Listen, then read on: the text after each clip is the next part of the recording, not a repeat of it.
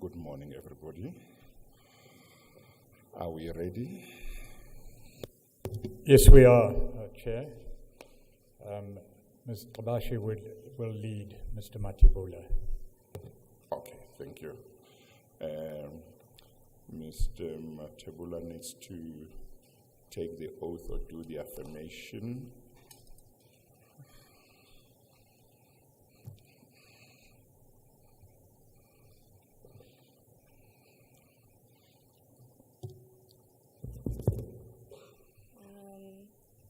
Do you have any objection to taking the prescribed oath? No. Do you consider the oath in the prescribed form to be binding on your conscience? Yes. Please raise your right hand. Do you swear that the evidence you shall give shall be the truth, the whole truth, and nothing but the truth, so help you God? So help me God. Thank you. Thank you. Ms. Tabashi. Good morning, Chairman. Good morning. For the record, my name is Leah Tabashi, and I'm a member of the team of evidence leaders attached to the Commission. I will be leading this witness, who is Mr. Willie Mathebula. He is the acting Chief Procurement Officer at National Treasury. Chairman, with your leave, I just have a fairly brief opening statement before I actually lead this witness. Before you do that, I don't know what it is, but I'm not hearing you as clearly as I should. I don't know whether raising your voice will cure that or what will happen. Shall we try this? There's an echo when I bring the mic closer, Chairman. That was better. Was it actually better? I'll also try and speak up. Yeah, okay, no, that's fine. But can everybody hear me well? Yes. Okay, all right, thank you. Let's try. Thank you, Chairman. Mr. Mathebula has been at National Treasury for about 17 years. He will be assisting this commission as provided for in Rule 6.1, read with Rule 7.1, Chairman, by taking the Commission through the prevailing public procurement regime in South Africa. These two rules provide, respectively, that this Commission may receive any evidence that is, one, relevant to its mandate, which evidence, two, should be significant in advancing the work of the Commission. As will become apparent, the evidence to be tendered by this witness falls squarely within these parameters. It is contextual evidence that is intended to be one of the foundational building blocks that will assist the Commission understand, just by way of example, the institutional arrangements that impact the regulation of procurement in the different spheres of government. That's just by way of example, Chairman. The evidence of Mr. Mathebula falls outside the parameters of Rule 3.3. He does not implicate any persons in his statement. His testimony does not address the factual circumstances of any alleged malfeasance that may have taken place in the past. His evidence is technical and really intended to give context, nothing more. In the circumstances, there is no basis, in the view of the legal team, for any party to seek your leave, Chairman, to cross-examine Mr. Mathebula. Chairman, I beg leave to hand up a hard copy of his statement for your ease of reference. It will form part of the bundle of statements that will be handed up to you during the course of the Commission's work. And in that respect, I have marked it Exhibit B1. Thank you.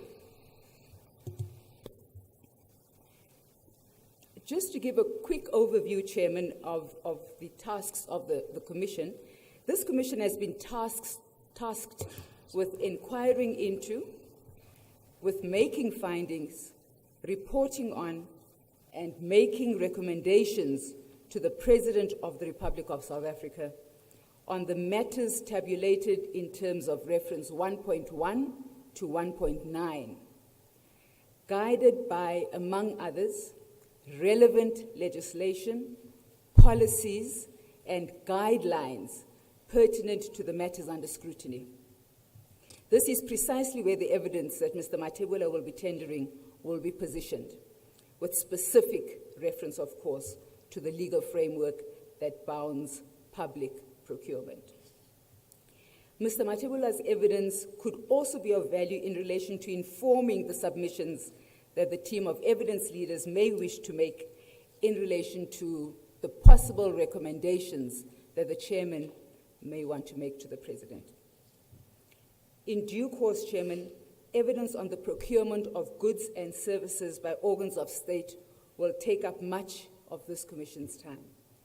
This is inevitable because one of the central allegations made in, amongst others, the State of Capture report of the Public Protector, as reflected in terms of reference 1.4, 1.5, and 1.6, is that of the unlawful award of tenders and contracts by SOEs and public entities to private individuals, companies, business entities, and organizations. It is evident, therefore, that the testimony of Mr. Mathebula, which traverses this terrain from the perspective of what Section 217 of the Constitution sought to provide for, will clarify what the operational rules of engagement are that give effect to Section 217, I beg your pardon, of the Constitution. This testimony will also, I hope, throw light on whether the prevailing legal framework was or is open to manipulation by public functionaries, and if so, in what respects. In essence, Chairman, the testimony of Mr. Mathebula on the legal framework of public procurement is to assist this Commission in discharging its mandate of establishing whether the allegations of state capture that have been made have merit, and if so, in determining what part of public procurement played a defining role in the form state capture may or may not have taken in this country. In closing, Chairman, might I indicate that as the Commission's work gains traction, National Treasury will in all probability be in attendance again to address any other matters that are of significance to the mandate of this Commission. Today, however, the focus of Mr. Mathebula will be very narrow. It is just to give context to the Commission on the procurement landscape, primarily with regard to public procurement, as well as state-owned entities, and not, as reported in one Sunday newspaper, to speak to the investigation reports that National Treasury has commissioned in the recent past. That's not the mandate for today, Chairman. Subject to any directives from you, Chairman, any matters concerning National Treasury that require further interrogation will emanate from the factual evidence that will be placed before this Commission in due course. As and when necessary, National Treasury officials can then be called to clarify relevant aspects pertaining to that factual evidence. It is possible, therefore, Chairman, that this will not be Mr. Mathebula's first and last appearance at this Commission. In like vein, it is hoped that the information that Mr. Mathebula will be imparting today is not the only evidence that National Treasury will be assisting this Commission with. Chairman, might I proceed to lead Mr. Mathebula? Just so that one understands the significance of the evidence that Mr. Mathebula will give, is it correct to say it seeks to give the foundation which any allegation that either state capture or corruption or fraud that falls within this commission's terms of reference entailed a departure from procurement processes. In other words, this evidence will say this is what should happen in relation to procurement, and if anything that happened in relation to state capture, corruption or fraud in relation to procurement within South Africa government, then it should have followed these processes. And if it departed, it means it was not in accordance with these processes. Absolutely, Chairman. It's a yardstick. It Yeah. gives a framework Yeah. within which the evidence that will be led Yeah. by this commission can be compared to or tested against. Yeah. Thank you. Thank you, You Chairman. may proceed. Thank you, Chairman. Mr. Mathebula, is it correct that you are here to assist the Commission by explaining the public procurement framework that flows from the provisions of the Constitution? Maybe before he responds, let me just confirm that he is happy to give his evidence in English. Thank you, Chairperson. Yes, I am happy to do so. Thank you very much. Thank you, Chairman. Okay. You were going to respond to that question, that you are here to assist the Commission? That is true, Advocate. Thank you. And that the statement... I'm sorry again. You will also have to try and raise your voice, Mr. Mathebula, Okay. so that we can hear. I don't know whether I'm the only one that has a problem. Maybe if I am the only one, then maybe there is something wrong with my ears. I hope that people right at the back can hear you well as well. So let's try and make sure we raise our voices sufficiently for everybody to hear. Thank you. Thank you. And Mr. Mathebula, if you would please address the Chairman. I know I'm asking the questions, but the responses go to the Chairman. Okay. Thank you. The statement that I have handed up as Exhibit B1, which is dated the 15th of August and signed in Pretoria, is that your statement? Thank you. Through you, Chair, yes, it is indeed my statement. And is it a statement you wish to rely on in these proceedings? It is correct, Chairperson, that is a statement that I will be relying on during the proceedings of today. Please take the Commission through the salient points of your statement, starting with an introduction of yourself and your term of service within National Treasury. Thank you, Chairperson.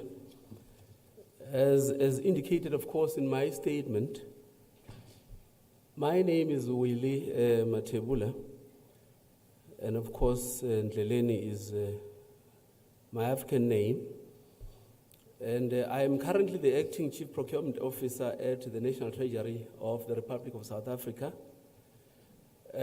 This is a position that I have occupied since September 2017.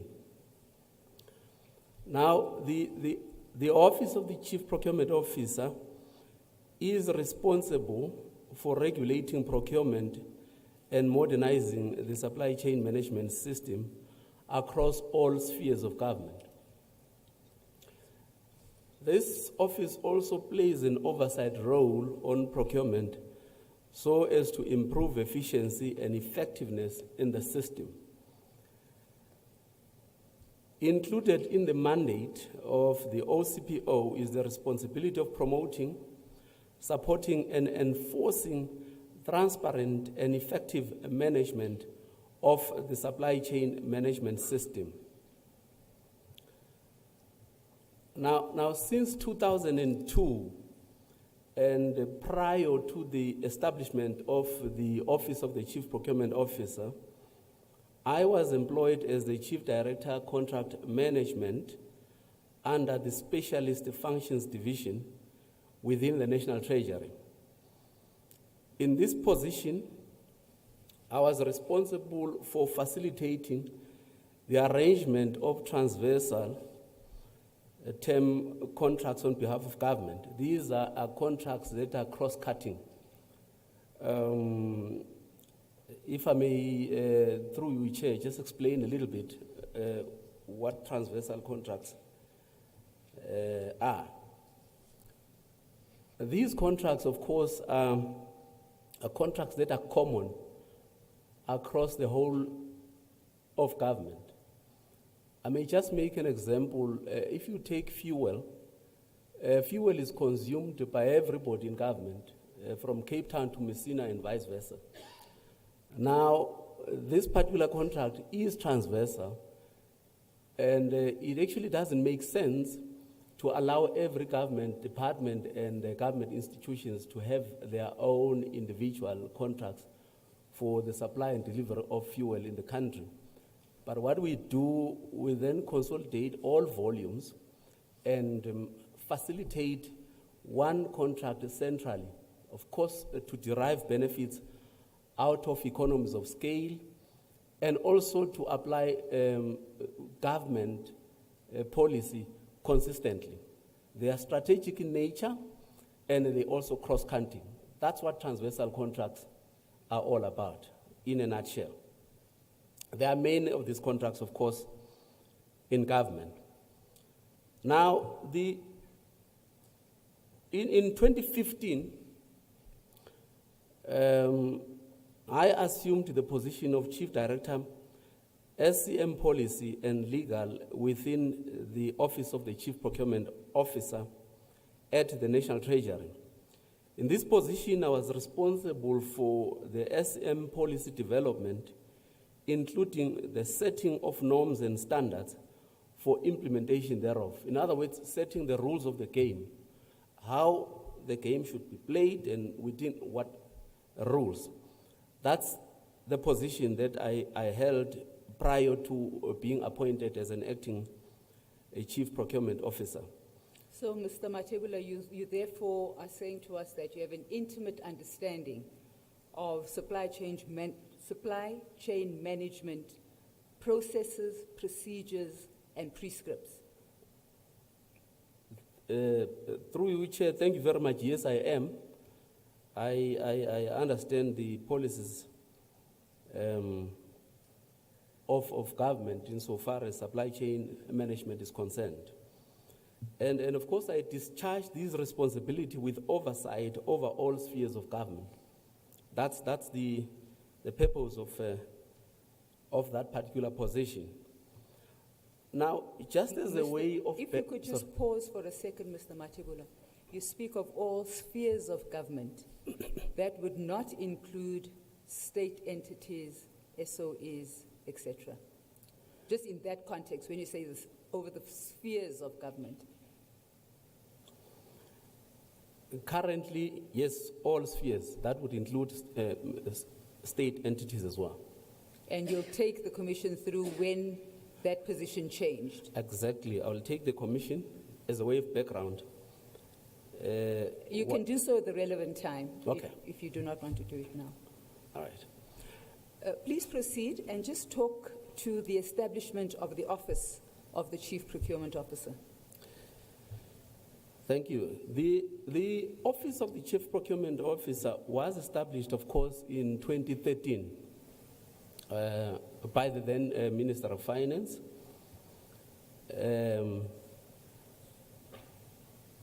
To ensure that there was transparency in the system and to deal, of course, with issues that related to the abuse of public procurement, corruption, fraud, and so on that was involved in them. That was part of the mandate, but the main mandate was to modernize the supply chain management system to make sure that it is effective and also efficient.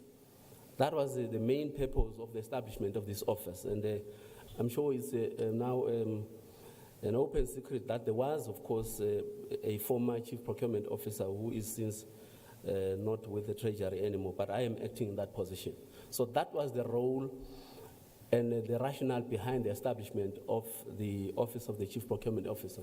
But this, of course, was to ensure that all spheres of government, I must say this, and government institutions would be regulated insofar as procurement is concerned through this particular office. And that's the role that is obviously playing currently oversight over the public processes in government. Mr. Mathebula, there are those who have the view that it's a standalone office, that is the Office of the Chief Procurement Officer. Is that correct? Where does it get its mandate from? How does it fit into National Treasury? The OCPO, as we know it, the chairperson is one of the divisions within the National Treasury, and it reports to the Director General, who is an accounting officer at the National Treasury, and of course the Director General reports to the Executive Authority, who is the Minister of Finance at this point in time. So it is not a standalone department. It reports to the Director General. Yes. Can we move on and deal with specifically the summary you have given under context, in particular the source of the mandate on procurement in government? What's the source of that mandate? Yeah. I think we are one of the lucky chairperson countries in the world because procurement is embedded in the constitution of this country. Section 217, which is part of chapter 13 of the constitution that deals with financial matters. Hence, procurement is also an integral part of financial management. So that's where we draw our authority from, and that's where procurement comes from. The Constitution is an overarching kind of authority over procurement. And of course, out of the Constitution, we have the Public Finance Management Act. We also have the Municipal Finance Management Act. We also have the Procurement Policy Framework Act, the Preferential Procurement Policy Framework Act, from which we draw the authority in terms of procurement in this country. Can I just take you back to your paragraph 2.1? And here you speak of government being the single largest procurer of goods and services. You deal with the policy decisions of government to leverage public procurement. Take the Commission through this thinking. Thank you, Chair. It is correct that government is the biggest, single biggest procurer of goods and services in the country. That's a known fact. Now, given the size of public procurement, of course, government took a policy decision to leverage public procurement to support the achievement of broader socio-economic objectives. And the number of these objectives, you have black economic empowerment, which is part of this, your small business development, industrial development, etc. It's quite a number of objectives. However, the size of government procurement spend does give rise to the unintended but considerable potential for abuse of the system. The Constitution provides that when organs of state procure goods or services, they must comply with the principles of fairness, equity, transparency, competitiveness, and cost effectiveness. This means that organs of state must have reference to the above imperatives when procuring goods and services. As indicated earlier on, that Section 217 actually provides the basis for these imperatives, the 5 pillars. The aim, of course, should be to ensure that the attainment of value for money, that is the public money, should be spent in an effective and efficient manner. In addition, those who participate in competitive bidding processes must be treated fairly and without bias. That's the basis of Section 217(1). However, Chairperson, I must hasten to also indicate that there is Section 217(2) of the Constitution. And also Section 217(3), which are equally important and relevant in giving effect to the constitutional imperatives that mandate a public procurement function. The use as a base of open public tenders is generally regarded as the best practice. I mean, here in South Africa and all over the world, that's the basis. Dealing with public money, public funds.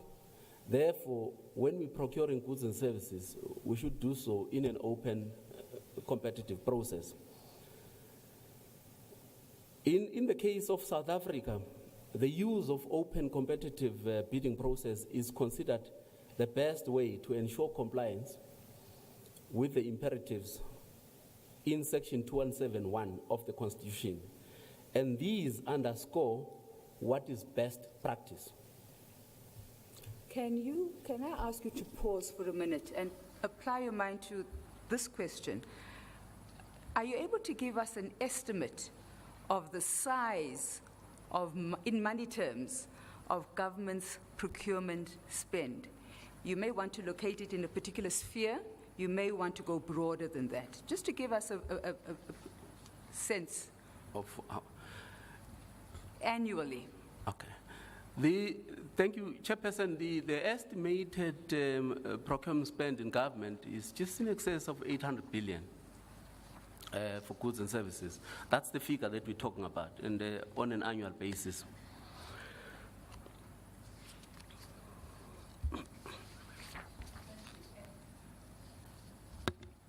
Yes, thank you. Proceed. You were just going to finish off with paragraph 1.7. Yes. I wanted to say, of course, as indicated earlier on, the PFMA together with the MFMA provide a legal basis upon which a comprehensive oversight function is created. The procurement system in South Africa is underpinned by the Constitution as indicated, the PPPFA, the PFMA, and the MFMA. Although there are other pieces of legislation that have an impact on procurement, it must be noted, however, that even these prescripts, this piece of legislation, must conform to Section 217 of the Constitution. Yes.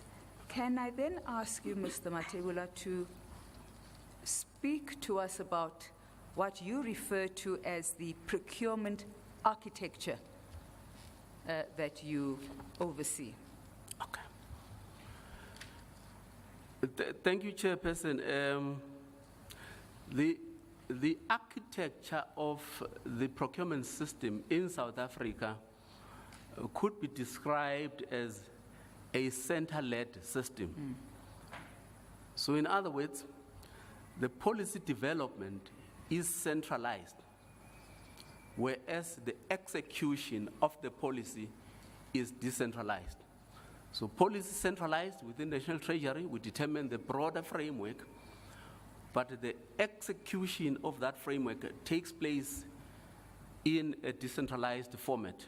So government departments, government institutions, public entities develop their own individual supply chain and procurement policies, but within the broader framework which is centralized. And that is why every department has its own SCM policy, which takes its cue from the broader framework, and of course, to the PFMA, MFMA for local government, and the Constitution. So that's the architecture of this procurement system. Now, earlier on, Chair, I spoke about transversal contracts, and I think I must go back to this particular issue to say the National Treasury currently does facilitate the arrangement of the transversal term contracts, as indicated earlier on, that you put together the volumes and therefore go out into the open market to derive economic benefits and out of economies of scale. So, but however, the day-to-day procurement of goods and services elsewhere outside the National Treasury is conducted through the SCM units. These are supply chain management units within individual organs of state, public entities, and departments. Now, the distinct rules that govern individual procurement are formulated at an entity or department level as part of the supply chain management policies. And these are the responsibilities of the entities' accounting officers in the cases of government departments, and the accounting authorities in the case of public entities, because you're talking about boards. However, these accounting officers and authorities are also tasked with the responsibility to ensure compliance with the rules of the game as set out in the broader framework. So when one looks at the history of procurement prior to the PFMA and the triple PFA, we had the State Tender Board Act. Where are the differences between what we had under that regime and this regime where you have devolved decision-making to entities lower down the trail from National Treasury? Just draw those distinctions. Okay. And explain why there was this change from the State Tender Board regime to the current PFMA, triple PFA regime. Okay. Thank you, Chairperson. I think I must just spend some time here so I explain this particular issue properly. Now, in 2001, there was a division within Treasury, just as a way of background, whose mandate was to replace the outdated rule-driven procurement and provisioning system under the now defunct State Tender Board, and replace it with a new procurement system in keeping with the Constitution, the triple PFA, the PFMA, and later on in 2003 with the MFMA. So one would always recall that the State Tender Board Act itself was enacted in 1968. This is years before the Constitution. And surely the State Tender Board Act was inconsistent with the Constitution. And this is one of the reasons why the shift from the State Tender Board framework to the public finance management system. That's one reason, the first reason. The second reason is that the State Tender Board Act in itself conflicted with the PFMA, because the PFMA was enacted in 1999 and the State Tender Board Act was still in operation at that particular time. So you had the PFMA that granted powers to accounting officers and accounting authorities to manage procurement. But at the same time, you had the State Tender Board, which was a body that would come every 2 weeks, and they sit at National Treasury and to adjudicate on tenders from Cape Town to Messina and vice versa. Now, the problem was that the service delivery was impacted because this was a body of men that would come and ladies would come and sit there and adjudicate. And if they don't adjudicate favorably with the recommendations of various state institutions, now the decisions of the board had to be communicated back to those departments. And you can imagine the delay. And this was done through, and by the time we received clarification, service delivery was impacted. So that's the reason why the State Tender Board had to be phased out. By the way, although the State Tender Board Act exists in the statute books, the board itself was dissolved finally by the Minister of Finance in 2008. And equally, the provincial tender boards, who were also existing at the time, were dismantled to make way for managers, accounting officers, accounting authorities to take the responsibility in terms of procurement decisions and manage their entities. That's basically the difference between what has happened. So accountability as we speak now vests with accounting officers and accounting authorities. That includes, of course, the procurement decisions, apart from other decisions that accounting officers and authorities are responsible for. I suppose one can also assume that this decentralized approach that was adopted in the PFMA and later legislation really was also aligned to the change in provinces after 1994, because then you could actually devolve decision-making more readily to the 9 provinces as opposed to what the old South Africa might have had. So all these statutes were really trying to align a new way of thinking. This is what I would surmise. Is this correct?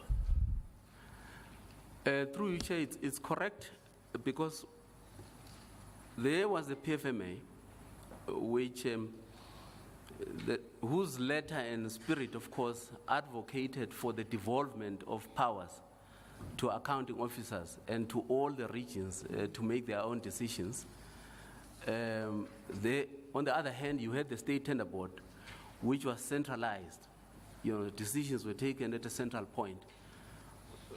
So then the decision was, of course, to align the procurement system with the PFMA and also the Constitution. So the State Tender Board had to give way to accounting officers to make those decisions in various regions of this country and at all spheres of government. I think the MFMA, of course, applies at local government sphere. With the problems that have beset government in relation to the abuse of these powers that have been devolved, are there any elements within the old State Tender Board Act or system that might still be of some value to the South Africa of today? I ask you this just in the context of widening the debate around how to stem the abuse that all of us know has been taking place in different forms, really. I'm not even talking about state capture, just generally irregularities that occur. Yeah. Chair, I think we are fortunate in the sense that the State Tender Board Act, I'm sure, has got certain elements that we can always draw from in crafting the new revised procurement system, as we are busy now with the review of the procurement system. There are certain useful elements that we can obviously draw from that system. I note that under the heading legislative framework you detail a number of statutes. Maybe just give us the salient points around those and how these speak to one another. Alternatively, how you have oversight over what is done in terms of these pieces of legislation.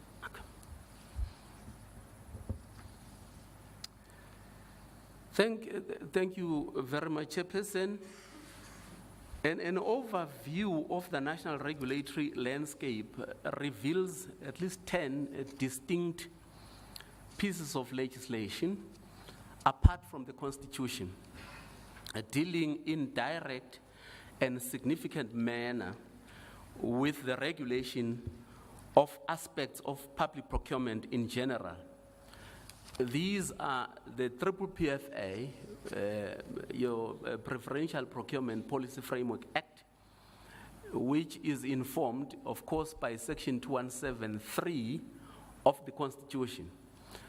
The Public Finance Management Act, as we all know with the PFMA, the Municipal Finance Management Act, the State Tender Board Act of 1968 that I've already alluded to, the Broad-Based Black Economic Empowerment Act of 2003, the Prevention and Combating of Corrupt Activities Act of 2004, the Construction Industry Development Board Act of 2000, the National Land Transport Act of 2009, the National Supplies Procurement Act of 1970, and of course, the State Information Agency Act. Now, all these pieces of legislation, of course, as indicated, must be consistent with the Constitution. And of course, the Constitution itself gives the National Treasury the authority to oversee procurement processes and to regulate procurement in the country. So these pieces of legislation are still subjected to the Constitution and, of course, by oversight, the National Treasury.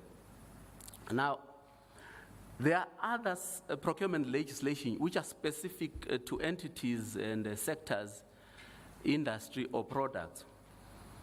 In addition, well, in greatly varying degrees of specificity, the procurement functions of particular organs of state and or in relation to the specific issues. These include the Financial Management of Parliament and Provincial Legislatures Act of 2009, the Road Traffic Management Corporation Act of 1999, the Armaments Corporation of South Africa Limited Act of 2003, that's AMSCO, the Administrative Adjudication of Road Traffic Offences Act of 1998, the Nursing Act, the Public Audit Act, the Health Professions Act, the Housing Act, Disaster Management Act, and the Correctional Services Act. Now while these statutes regulate procurement across a range of organs of state, there are a significant number of statutes that deal with procurement by particular entities. And there are also statutes addressing procurement in relation to a particular sector, industry, or product, as indicated earlier on. Now, in most cases, these statutes prescribe procurement rules in addition to the rules that would apply to the procurement activities mentioned above, in terms of the more general legislation above. In some instances, however, the specific legislation operates to the exclusion of general rules, such as in the case of the Financial Management of Parliament and Provincial Legislatures Act, which governs public procurement by Parliament to the exclusion of the PFMA. In fact, I know you've explained this to me, that in terms of the courts as well, Yeah. they too are excluded from the PFMA. Yes. Could you just take us through that? Yeah. Chair, as indicated, courts and judicial officers are excluded from the Constitution. I'm sorry, from? From which part of what? What part of the Constitution? Section I'm sorry, 217. I'm sorry, can you just repeat? I missed something. You said the courts are and judicial officers are excluded from? Yep. They are excluded. In fact, let me just rephrase, Chairperson here. Section 2171, on its own terms, does not apply to all organs of state as defined in Section 239 of the Constitution. Now, Section 239 of the Constitution excludes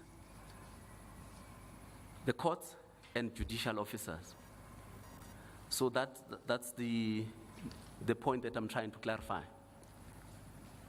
Okay. Yes.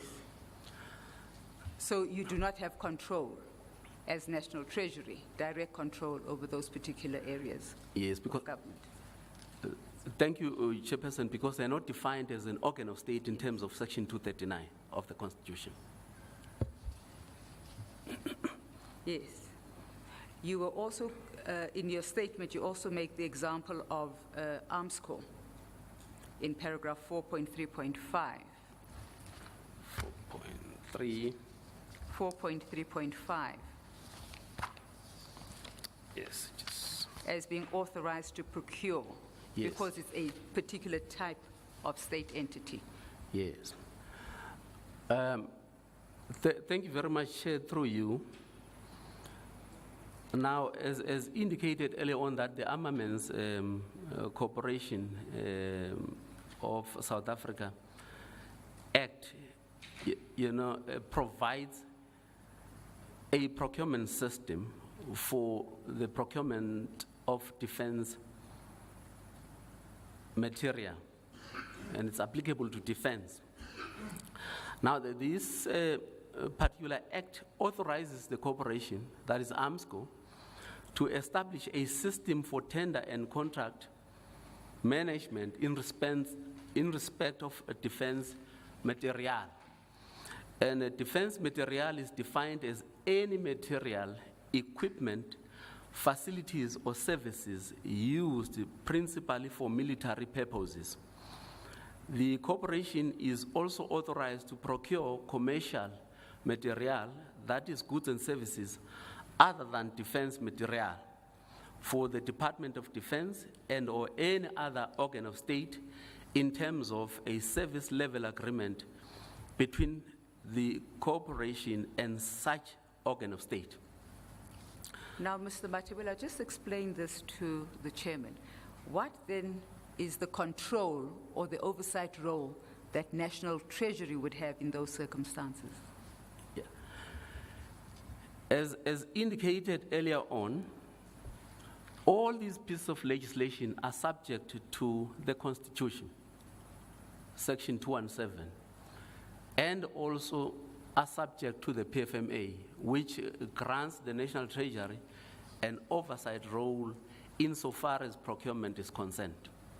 So that's a role that we're playing in as much as these pieces of legislation exist, but they exist within the Constitution, and the PFMA takes the precedence over some of this. And that is where the Treasury then is responsible to regulate, to make sure that all these pieces of legislation conform to the principles of fairness, equity, cost effectiveness, competitiveness, and transparency. Could you then proceed to take us through your submissions in paragraph 4.4 of your statement? Chairperson, there are other laws which are relevant for procurement. And they're very important when dealing with procurement. And these are PAIA, as we know it, PAJA, and also the Local Government Municipal Systems Act of 2006, of 2000. So they're also very important because they form part and parcel of the procurement processes. Mr. Mathebula, you have made reference to the Constitution, and in paragraph 4.5, you then take the stance that there are particular reasons why the Constitution really is framed, certainly Section 217 is framed in the manner that it is.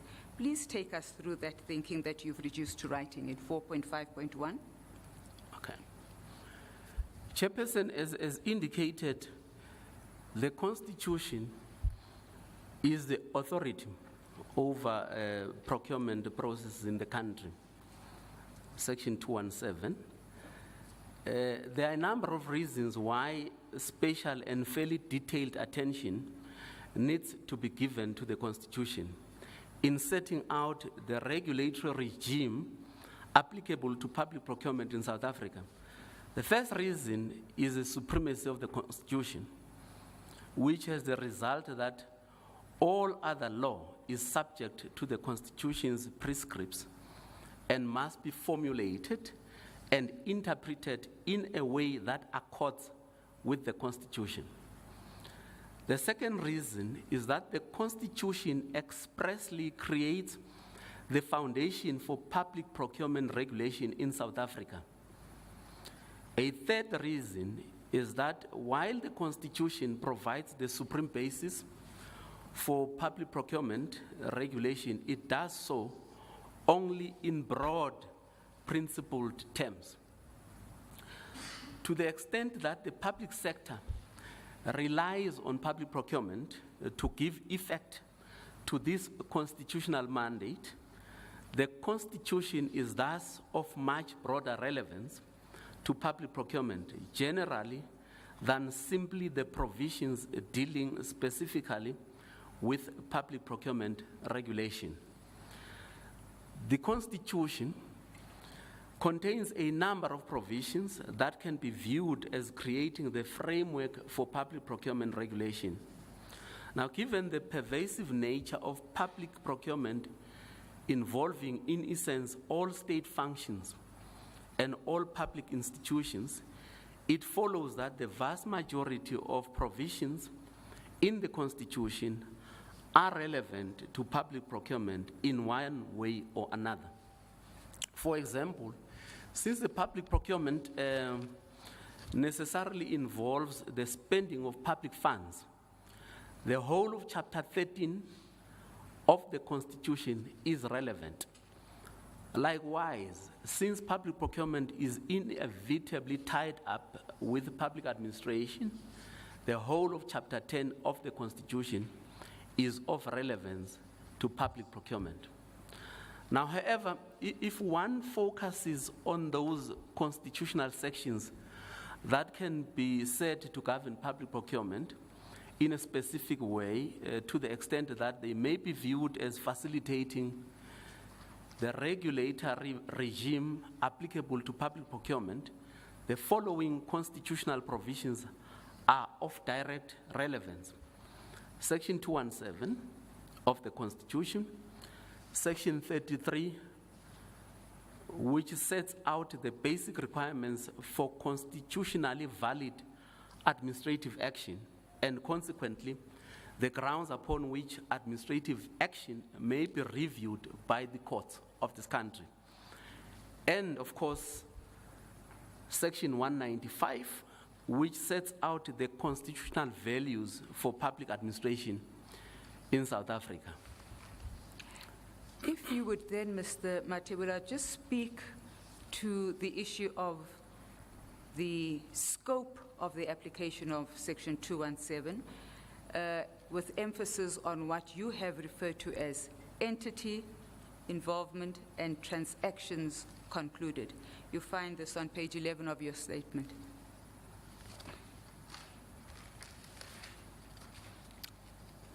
Okay. Thank you, Chairperson. The scope of application of Section 217 is determined by two factors. One, the entity involved, and two, the transaction concluded. Now, we've spoken about this earlier on around how does it cover organs of state that are defined in Section 239 of the Constitution, and also those that are not covered in terms of Section 239. Now, if I may, with your permission, Chair, just deal with Section 33. Yeah. That's fine, Mr. Mati. Is that okay? Proceed. Yeah. Thank you, Chair. The second constitutional provision that is of particular importance for public procurement regulation is Section 33 of the Constitution, which sets out the fundamental right to administrative justice. Section 33 requires all administrative action to be lawful, reasonable, and procedurally fair. Section 33(2) grants a person affected by administrative action of public functionaries the right to written reasons for such action. Maybe I should end here, Chairperson, and not further elaborate on what Section 33 provides. But of course, it is the basis for the Promotion of Administrative Justice Act, as we know it, PAJA. And Section 195, which is another section, the final constitution section of particular relevance for public procurement is this particular section, Section 195. This section sets out the basic values and principles governing public administration in South Africa. Now, given the centrality of public procurement in public administration, it follows that this section is also a foundational importance for public procurement. Moreover, among the values and principles listed in Section 195, there are a number of that are particularly apt in a procurement context. And I can go on and talk to them, but I mean, it is also clear in Section 195. I may just end here for now. That's quite in order. Yes. You have mapped out the broad landscape of Section 217 of the Constitution, Section 33, Section 195 of the Constitution, and given the Commission a view of how these are integrated, how these are aligned. But of course, what flows from that is what you have here in your statement referred to as the specific regulatory instruments. And one of the most central ones is the PPPFA. Could you please, within the context of the work of this Commission, help the Commission understand why the PPPFA is such a central piece of legislation?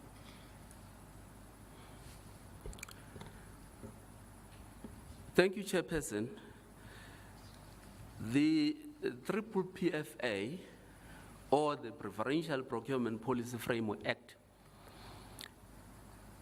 is directly informed by Section 2173 of the Constitution.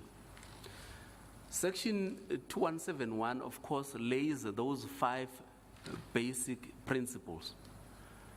But Section 2172 provides that there is nothing prohibiting organs of state from developing a procurement policy that would take care of those who were historically disadvantaged by unfair discrimination in the allocation of government contracts. That's what 2172 says. And of course, 2173 talks about this national legislation. And this national legislation that we're talking about is this PPPFA. It is directly from the Constitution. Now,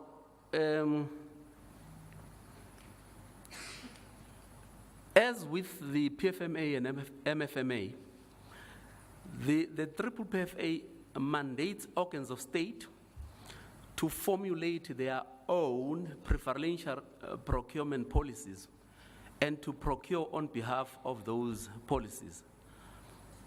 However, the PPPFA significantly narrows down the scope for variation in individual preferential procurement policies by providing for a set framework within which individual policies must be formulated and procurement be done. Now, this framework essentially prescribes a preference point system for adjudication of contracts and tenders, in terms of which certain categories of bidders are given preference, applies to bid adjudication in general, and is thus not restricted to only the preferential dimensions of public procurement. Now, the preferential point system in terms of this act prescribes in 90-10 preference system where the 90 are points for price and where the 10 are points for preference to advance the historically disadvantaged individuals. The 80-20 also the same. The 80-20 preference system, the 80 being the price, the points for price, and the 20 being points for preferences that are allocated.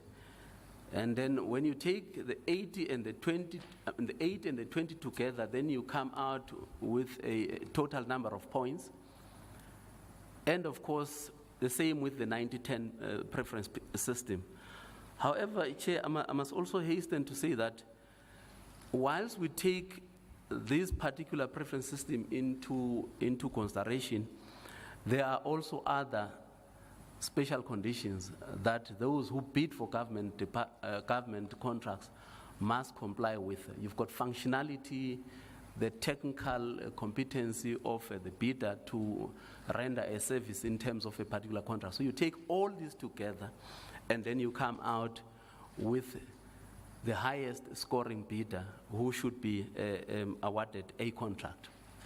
Mr. Mathebula, because this is one of the areas that some people identify as the soft underbelly of procurement, maybe it would be useful if you could take us through the criteria that would ordinarily be applied when setting up a bid evaluation committee and a bid adjudication committee, because these are the instruments that are used when this preference is allocated.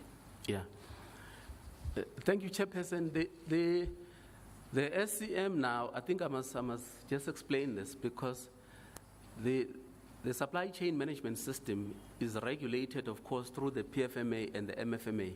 And these are the two pieces of legislation that prescribe how bid committees should be constituted. Whereas the PPPFA talks to how preferences should be allocated to advance historically disadvantaged persons. Now, the committees, in terms of the Treasury regulations, there are three types of committees. And that's what the SM system prescribes. Your first committee is what we call the Bid Specification Committee. And this is a committee that sets the technical specification of what is needed. Whatever you want to procure must conform to certain technical qualities and characteristics. And this is the committee that sits and decides these are the needs from a technical point of view. And it's a committee that should be constituted by the user departments when they want to procure goods and services. their role ends at the design of the technical specifications. Then there is another second committee, the bid evaluation committee. This is a committee that comes after a bid has been published and received. Their role is to evaluate that bid. And we prescribe in that at least these committees must be cross-functional in nature. In other words, you need to bring in different skills in that committee to draw at least expertise from various skills.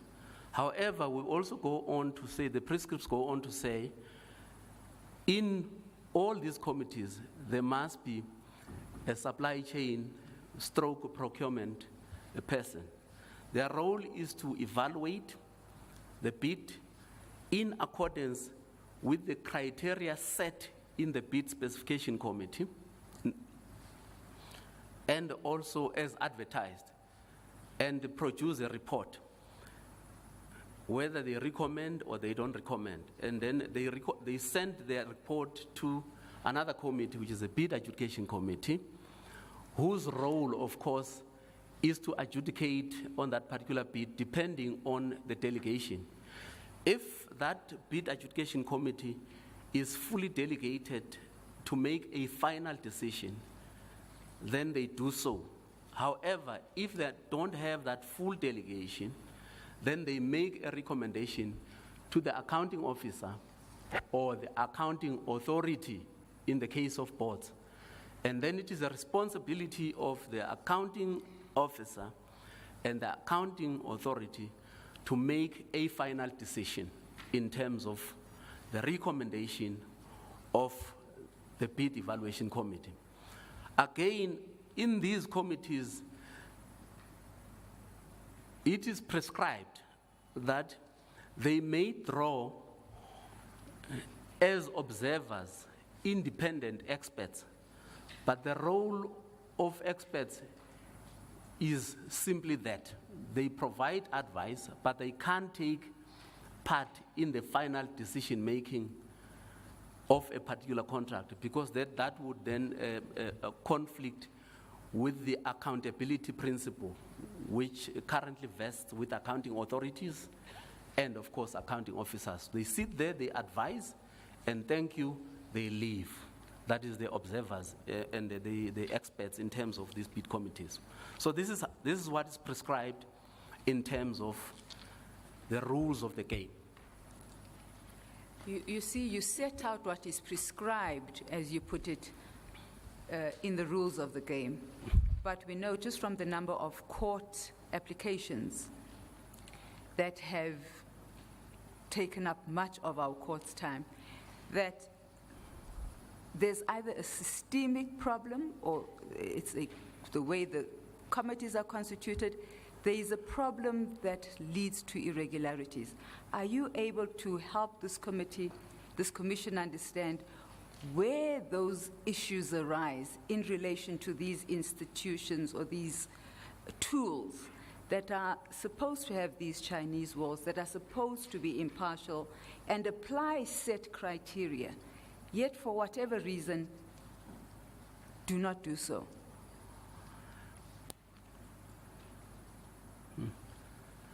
Chairperson, I'm not so sure if I can answer, but I think I understand the question. There are a number of reasons. Some of the reasons, let me just state up front, some of the reasons could be intentional, to abuse the system, but some of the reasons could be the interpretation of the application of the rules of the game.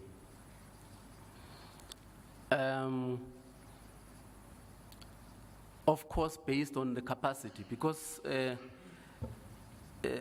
procurement as a system in itself does not have a professional kind of that professionally. You throw anybody can come and procure. You throw an HR person who may not have had a job in HR, and then you throw him into procurement. And these people do not understand the rules. But if you look at what has been happening in the past years, I'm sure one could always ascribe at least more than 50% of these infractions to intentions to abuse the system.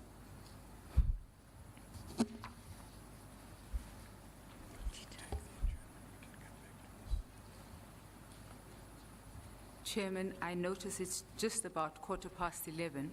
Might this be a convenient time to take the tea adjournment? Thank you. We'll take the tea adjournment until 11:30.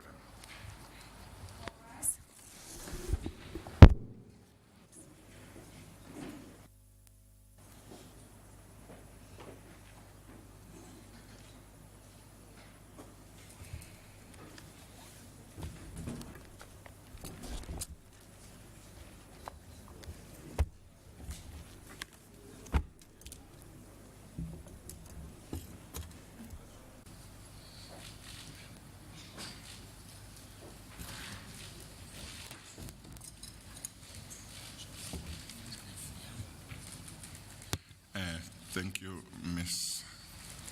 Kabashe.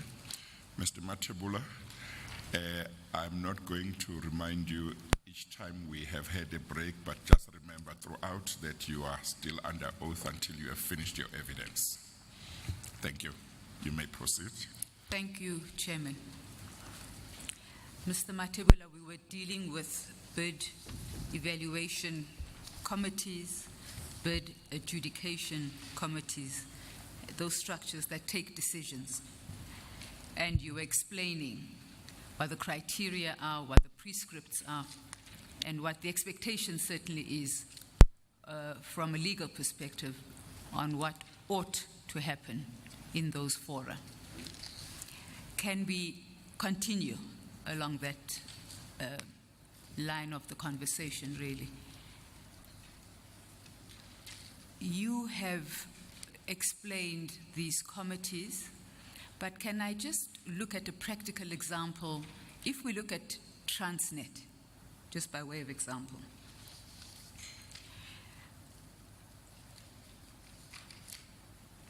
in relation to the primary decision maker there, who would it be? Because you've spoken about the bid adjudication committee, you've also said the board in some institutions, some entities has authority. So I'm just using Transnet just by way of example. What is the position in Transnet? Who takes the final decisions on tenders?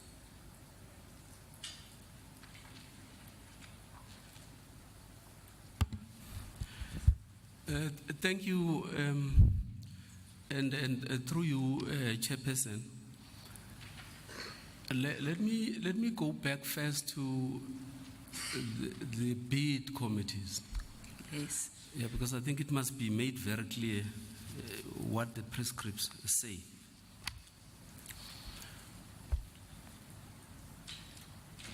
The bid committees are subjected to ethical standards. So in other words, the prescripts talk to the fact that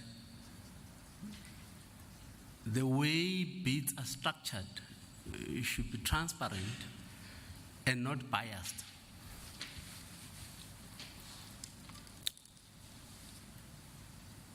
And they go further on to say, if I'm sitting in a committee and I'm conflicted as a committee member, I need to declare and recuse myself from participation in any of those committees. Or even if it's a member of my family who is part of a bidding supplier, I should declare and disclose and recuse myself from participation.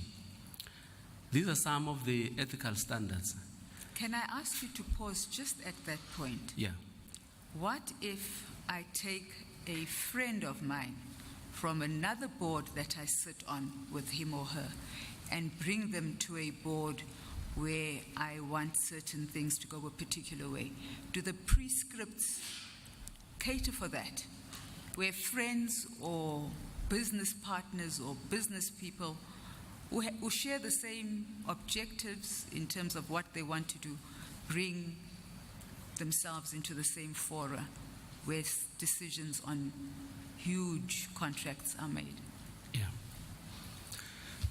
Thank you through you, Chairperson. Look, I'm going to go back to the principle of accountability. Now, the prescripts do not allow an external person to participate in the processes. So these are government officials who must be there, because otherwise, if you allow somebody outside of government, that principle of accountability gets lost, because then now it would seem like you are now subjecting the decision making to people who are outside, and therefore the accounting authority or accounting officers would not be in a position to make a decision. That is why earlier on I spoke about the fact that even if you get independent experts, their role is simply to advise, and that's it. But they can't take part in the final decision making. But what we do pick up is that some of these specifications, it's very important, that first part of the bid specification committee. Some of the specifications are crafted in a biased manner, because that's where it begins. If that particular area is not closed, then you may as well have lost the battle, because when it goes to the next evaluation and so on, already your specifications are tainted in one way or the other. And it's a very important committee, because the prescripts also prohibit drafting specification, for instance, around a particular brand or around a particular product. The specifications must be as generic as possible, and those that participate must be unscrupulous in their conduct in terms of procuring. So there's quite a number of these ethical standards that are prescribed that all those that participate must comply with. Now, whether you're looking at the PFMA or whether you're looking at the MFMA, whose supply chain management regulations, by the way, are even more detailed than you have with the PFMA, because the MFMA is a later legislation. So at least those regulations are much broader in terms of how they should actually apply. And now getting back to the question around an example made, the PFMA, Section 51(1)(a)(3) deals specifically with accounting authorities, with public entities, because it also prescribes the same principles that are, of course, encapsulated in the Constitution of fair, equitable, competitive, transparent, and cost-effective. I mean, that's what it says. The accounting authority of a public, the account of a public entity must have a procurement system that is fair, transparent, equitable, competitive, and cost-effective. So when one looks at public entities, especially these are your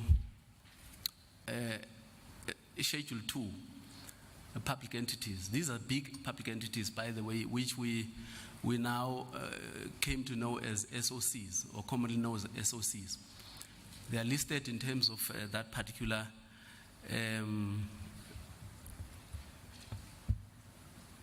listed in terms of that particular schedule in the PFMA. Now, if you look at the SCM, the Treasury regulations which were issued in terms of Section 76(4)(c) of the PFMA, that Treasury regulation, the Chapter 16A thereof, which deals with SCM issues, currently it does not cover public entities listed in Schedules 2. These are your big entities, your Transnet, your Eskom, your Denel, etc. Safcol, you name them. And also it does not apply to Schedule 3B and 3D to the PFMA. Now, the 3Bs are your national government business enterprises, and the 3D are your provincial government business enterprises. And there was a reason why in 2003, when we developed the Treasury regulations, specifically the chapter that deals with procurement, Chapter 16A, we excluded these entities. The first reason was that these entities, have got different governance structures. That's the first thing. So they are run by boards. Now you wouldn't want to box the board of directors and prescribe to them the rules, a rule-driven kind of a system, which is typical to a normal government department. So that's the first reason. Allow them flexibility, and the rationale was they will exercise their fiduciary duties correctly in terms of the PFMA. That's one, and because they're operating as different governance structures. The second part, of course, was the fact that these entities operate along the commercial lines. So bottom line to them counts, in as much as they have a developmental mandate, but bottom line complies. That was the reason why they were left out of that particular chapter, 16A, in its current form. But of course, I think I will get to this point later on during my presentation, that we are now kind of trying to review. Yes, because my next question was going to be, how then do you monitor them?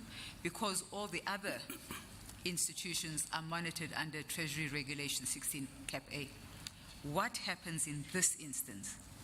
How are they held to account for the decisions that they take?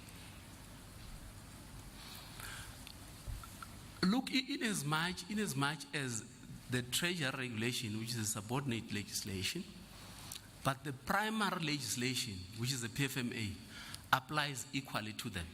So they can't escape, because we're using the PFMA, whilst the regulations themselves exclude them, but the PFMA does not. They still need to comply with the PFMA. And as custodians, of course, of the PFMA, we play that oversight role in terms of what they need to do and the decisions that they take.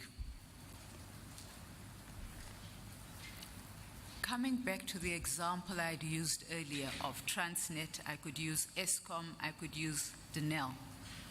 Are you saying that their procurement systems fall outside of 16A? Thank you, Chair. In the current form, yes, falls out of 16A, however, does not fall outside the PFMA. So the PFMA still applies to them equally. And we are, of course, the custodian of that instrument. So we apply it to them equally to make sure that their procurement system is fair, all those and transparent as well. As the custodians of that system, have you had cause to conduct investigations as National Treasury into the irregularities that may have occurred in those particular entities? And I just happen to pick on three right now. It's Transnet, Eskom, Denel. There are others. I really just use those to illustrate the point. Thank you, through you, Chair. Look, I think it's an open secret that, yes, of course, Treasury has commissioned some investigations into, irregularities, specifically in procurement of specific goods and services within some of these, large public entities. In that instance, because this is the commission and we're trying to do a particular piece of work, are you able to tell the commission where it might get hold of these particular reports? Because by the sound of things, they could assist the commission quite significantly. Thank you, Chair. I think we've taken a view, we've taken a position as the National Treasury that the Commission must be supported in all respects. And to that extent, all relevant reports that are in possession of the National Treasury would be provided to this committee, to this commission, to, of course, discharge its responsibility. Is that via the DG's office or via your office? Well, everything goes via the DG as the accounting officer. So we channel everything to the DG for consultation, and then it comes through to the commission through that particular route. We have just touched on irregularities in SOCs and state entities, but there's of course also a multitude of problems in the other spheres of government. And I'm not exonerating national. The sense I get is that you think you are on top of what happens at national level.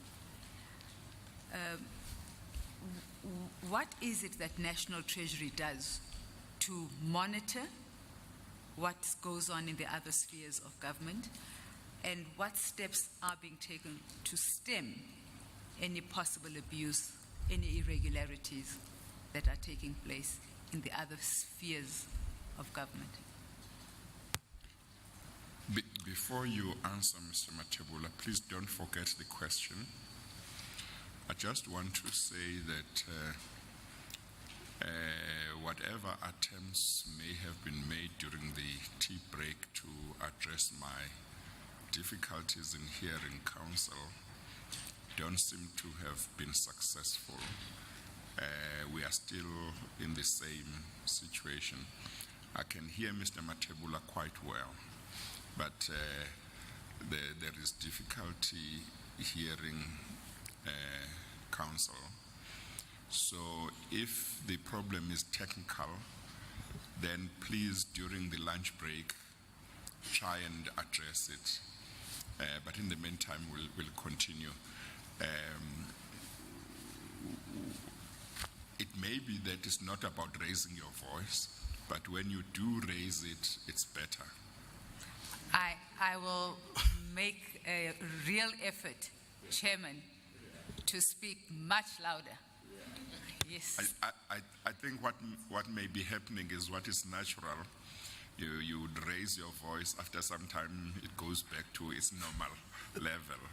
But I suspect that the problem is may well be technical. It might not be your voice. You just do the best that you can without doing injustice to yourself. It might also be, Chairman, that at my age, I think I'm speaking loudly while I'm actually whispering. So I will speak a little louder. I don't know about the age part. Thank you, Chairman. Mr. Mathebula, so the question really now relates to the other spheres of government. Yeah. how do you identify, how do you monitor, how do you try to stem irregularities that may be taking place there? Thank you, through you, Chairperson. Look, there is a directorate, we say chief directorate, within the OCPO that deals specifically with irregularities and abuse of the system. That's one. But secondly, within the National Treasury as well, specifically within the Office of the Accountant General, there is a unit that deals with investigations. And of course, these units collaborate with law enforcement agencies, at least to deal with specific issues. The police, the Hawks, and that's a process that has existed over quite some time. So that's what we do. We do reviews of the tenders that have been awarded by other spheres, especially where allegations are raised by interested parties, and then we move in there. We collect the documentation, we assess and analyze the documentation, and eventually make a determination what could have gone wrong. And of course, I think we are enjoined by the Anti-Corruption Act to report some of these cases to law enforcement agencies to deal with, and that's what we do.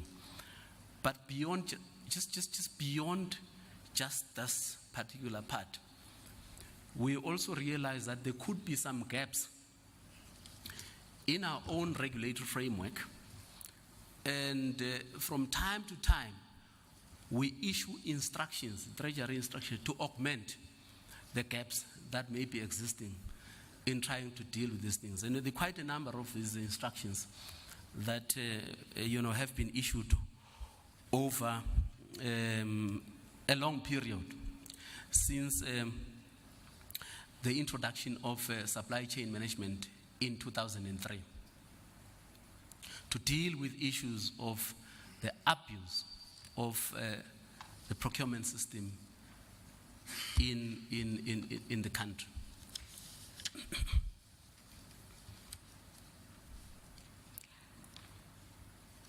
I do want us to talk about deviations and contract variations.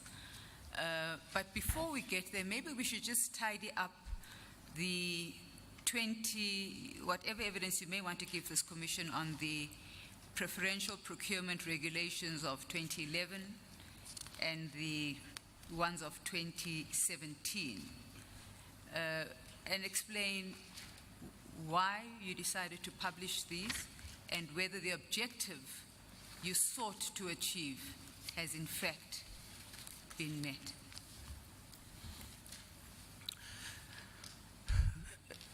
Chair, through you, the Preferential Procurement Policy Framework Act, the PPPFA, was, of course, enacted in 2000, and in 2001, regulations to that particular act were promulgated by the Minister of Finance. And of course, we've spoken about the objective of the PPPFA earlier on. Now, these particular regulations, up to 2011, at least, did not apply to, again, the public entities listed in Schedules 2, 3B, and D to the PFMA. It only applies to provincial and national departments, constitutional institutions, as well as public entities listed in the Schedules 3A and 3C to the PFMA. Now, in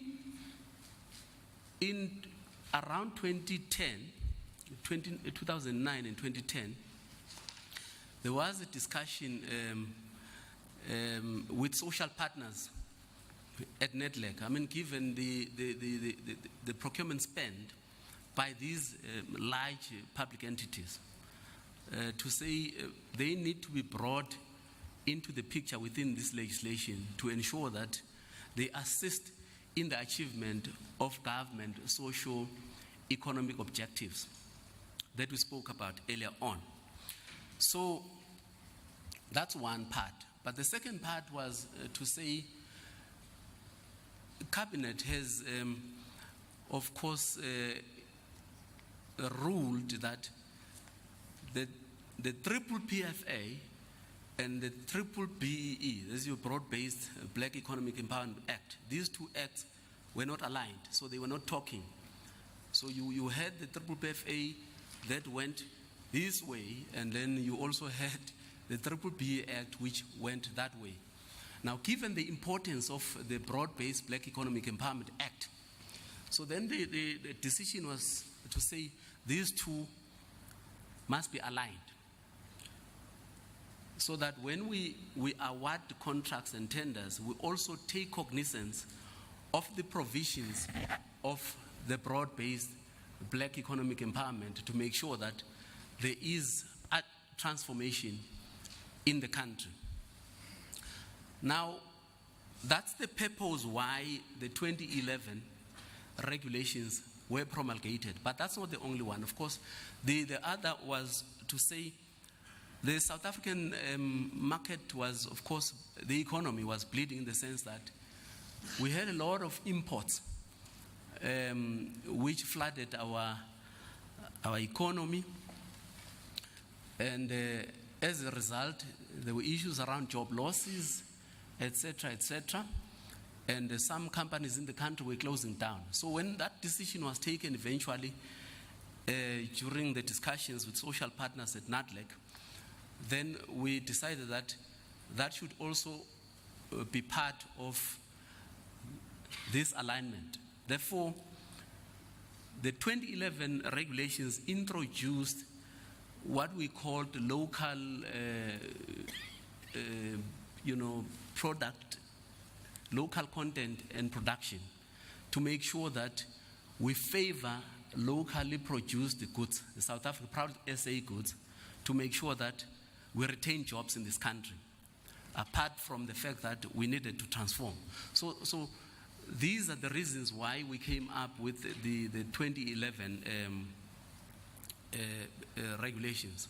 Now, if I would answer whether were we successful, yes or no, in terms of the objectives, I would say yes, in the sense that, yes, to some degree, in the sense that the Department of Trade and Industry, together with the National Treasury, have used these particular instruments, the 2011 regulations, to designate certain goods, and certain sectors of the economy for local production.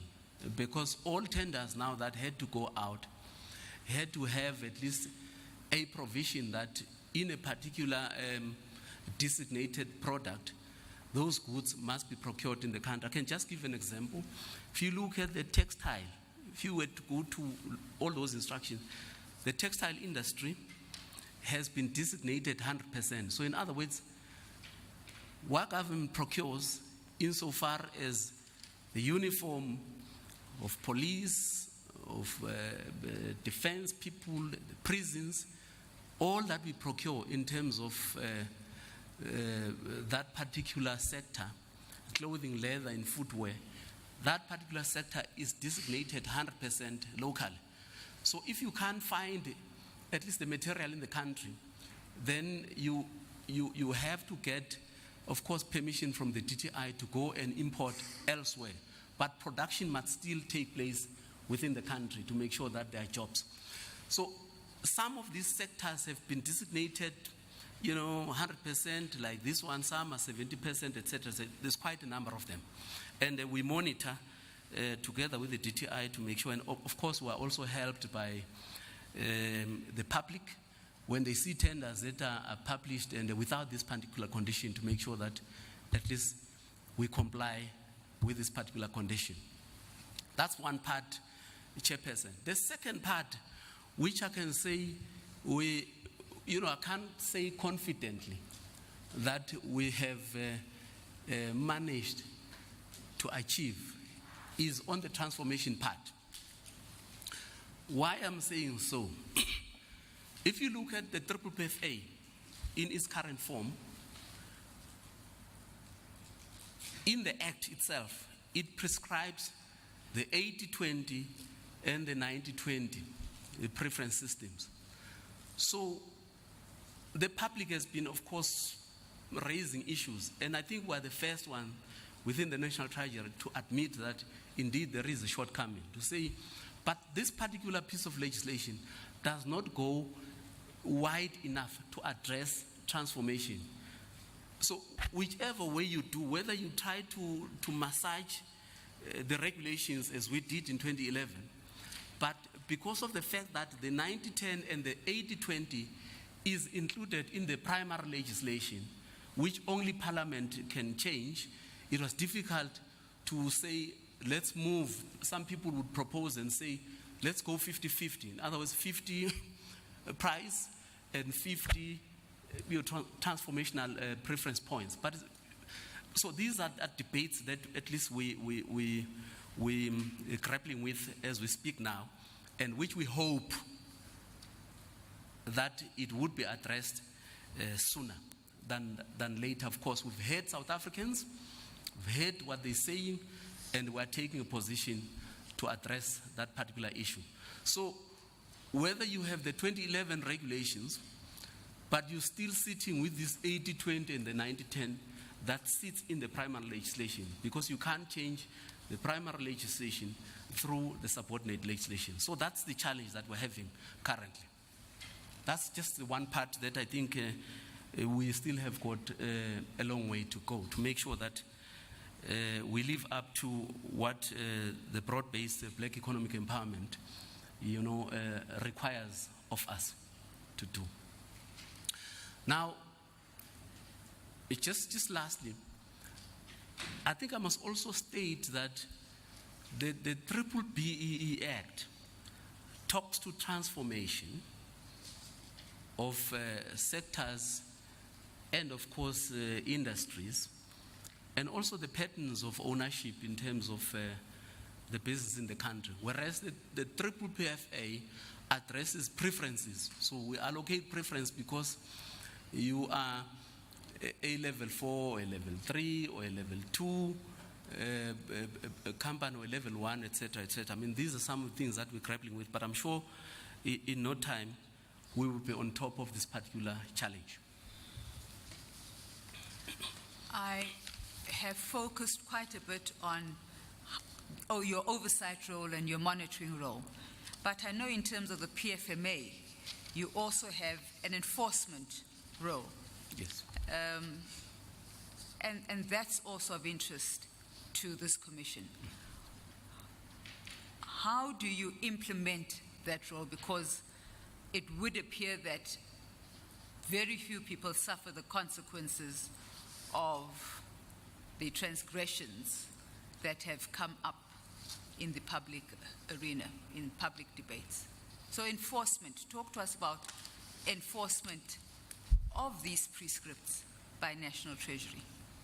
And maybe you should just break it down for the chairman. Maybe we should look at national, the 3 spheres, and then if you could then deal with the entities as well as a separate category.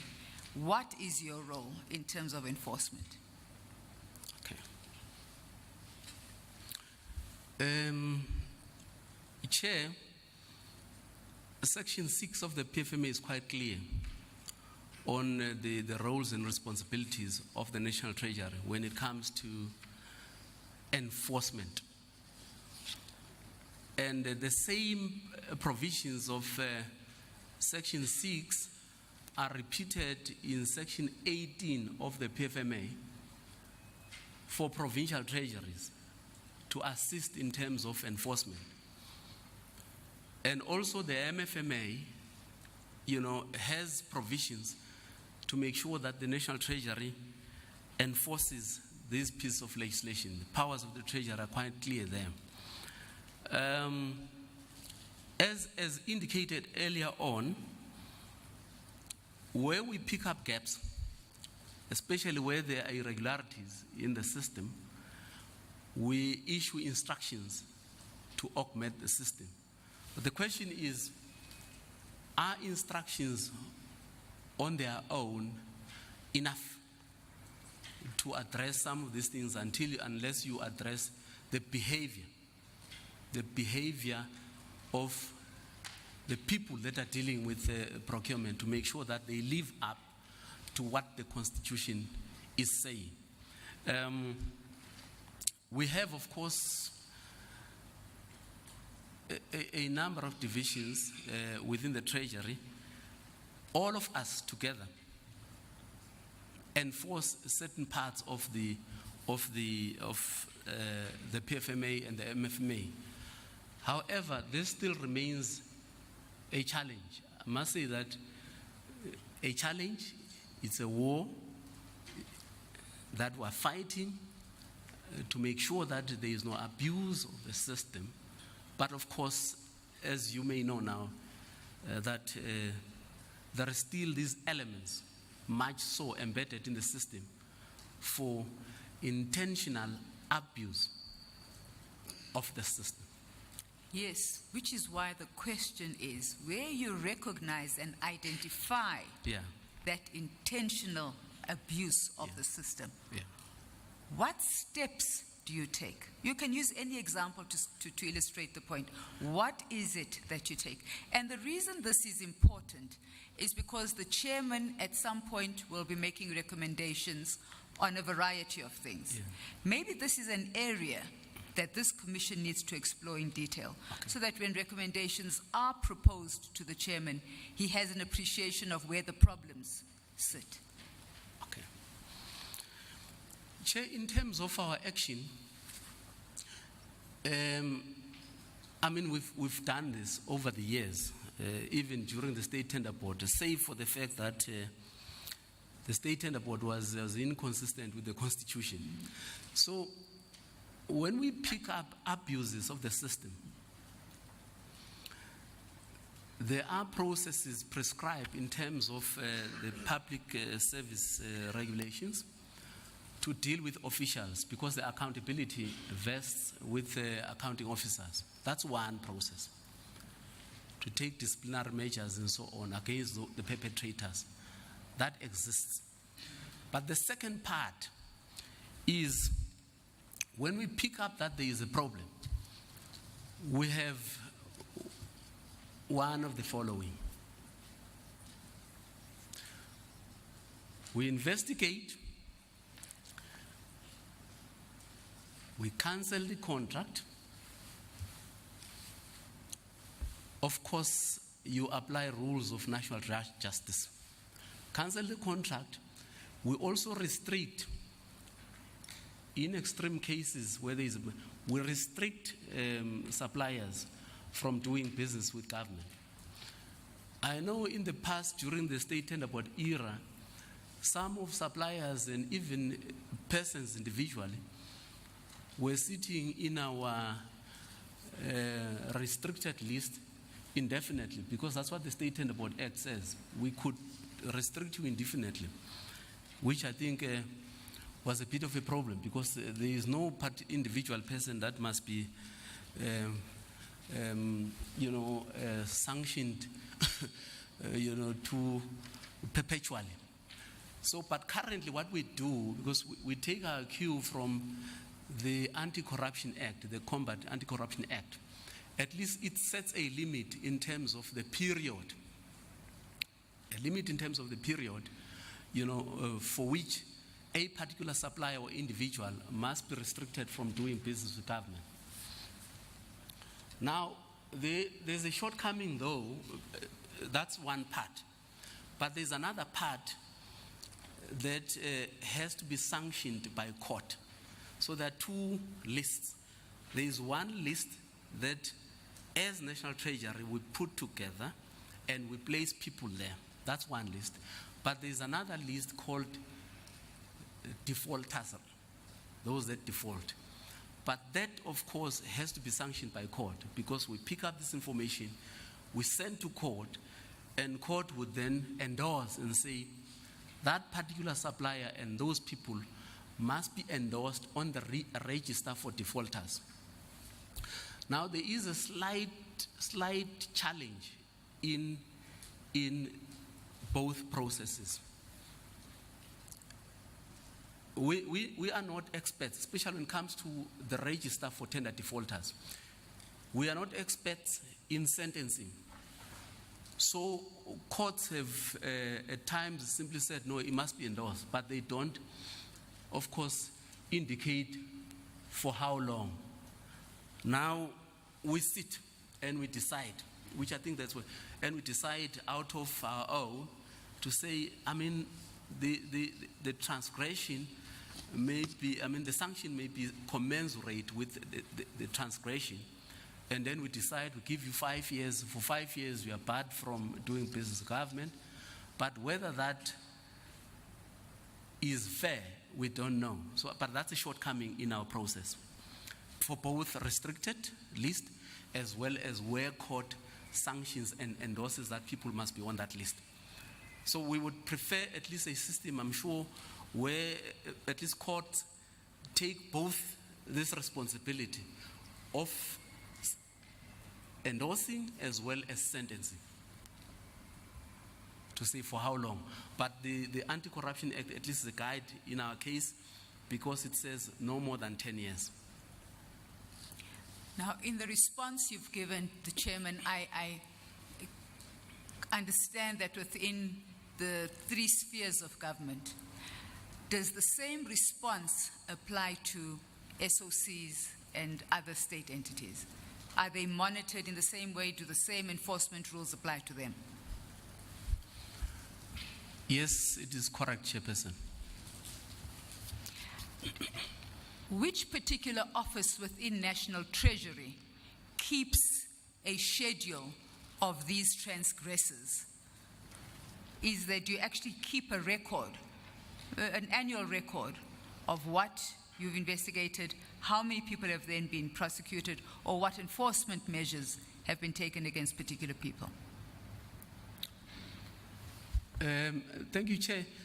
Those that are investigated by the Office of the Accountant General are kept by that office, and those that are investigated by the Office of the Chief Procurement Officer are kept by that office. So the stats in terms of what happened, we keep differently, because the OAG also receives quite a number of, and they're involved in quite a number of investigations, similarly to ours. And then just to recap, you have suggested that we speak to the DG in relation to getting these reports, because he can then coordinate the various sources of reports, whether it's statistics or any other investigative reports. Yes. Yes, Chairperson, that's correct. Can I then move to the question of deviations? Deviations form a substantial part of your statement. Yes. And deviations and variations and expansions of contracts really are 2 sides of the same coin in a sense, because they're again another weak link in the manner in which procurement is monitored by yourselves. Please address the question of deviations as fully as you can, and deal with the exceptional circumstances. But in doing that, deal with the deviations from those exceptional circumstances, if I might use the same term. Okay. Thank you, Chairperson. Deviations are actually allowed in as much as Section 217 says But practically, there are instances where, organs of state are allowed some kind of degree to deviate from the procurement processes. But then there are instances, the first instance is it must be on an emergency basis. For life-threatening situations, cyber security crime, which threatens national security, fire, and all those instances are classified as life-threatening. So you can't be expected to go out on an open competitive period over 30 days to make sure that you address that particular issue. That's an emergency. That's how we define emergency. Then you are allowed to deviate. But I'll come. Can I ask you to pause there? Is Yeah. it defined in the prescripts? Yes. Which particular prescripts? This is defined in Treasury Regulation 16A 6.4 and also in the MFMA, as well as in a number of instructions that I will talk to. But would those apply to those SOCs who we earlier agreed are not governed by Treasury Regulation 16 Cap A? Yes, Chairperson, they would apply, and I'll explain why, if you allow me. So the first part is emergencies. The second part is sole source statuses, where you are allowed to dispense with the competitive bidding process. It's a sole source. I mean, in this country, it's a known fact that over a period of time, we procure electricity from ESCOM. So why would you expect an open competitive? There is one supplier for electricity in the country, and therefore it's ESCOM. So in those instances, the prescripts do make provision for dispensing with a competitive bidding process. Now, when we made this provision in the Treasury Regulation, immediately thereafter, we then pick up pockets of the abuse of this particular regulation. And we issued an instruction to say, look, if you deviate from a normal procurement process, other than in case of emergency or sole source, and the transaction is above $1 million, please report to the AG within 10 days. And also the reasons for deviating from a normal procurement process must be recorded by the accounting officers for audit purposes. That's one instruction. But this thing, went on. People started to make use of this because, that's an instrument that's there. Then we again issued another instruction that prescribed certain thresholds within which people could apply this particular provisions, and not losing the fact that it's on the basis of emergency and sole source, not agent. Because I know some institutions would always say, no, this is agency, confusing emergency and agent. And agency. And in recognition of the fact that you would find instances where a contract starts at 4 million, and by the time you know it, the contract value is sitting at 200 million, and you ask yourself, how is this possible? Then we issued an instruction in 2011, May 2011, to deal specifically around these issues, where we're prescribing exactly in what instances should the contract expansions and deviations be allowed. In the case of the expansions and variations of contract, we then prescribe that for your normal goods and services, a contract could be varied by 15% or 15 million. whichever is the lesser. Okay.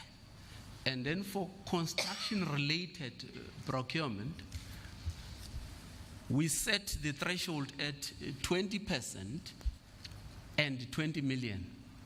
Also, whichever is the lesser of these amounts.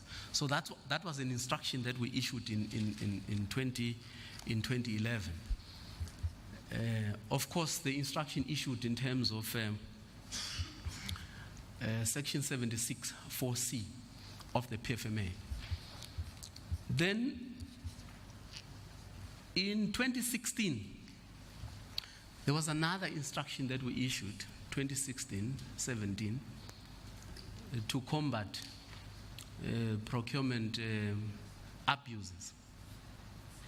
And this particular instruction also highlighted exactly the same principles, save for the fact that this particular instruction went a step further and say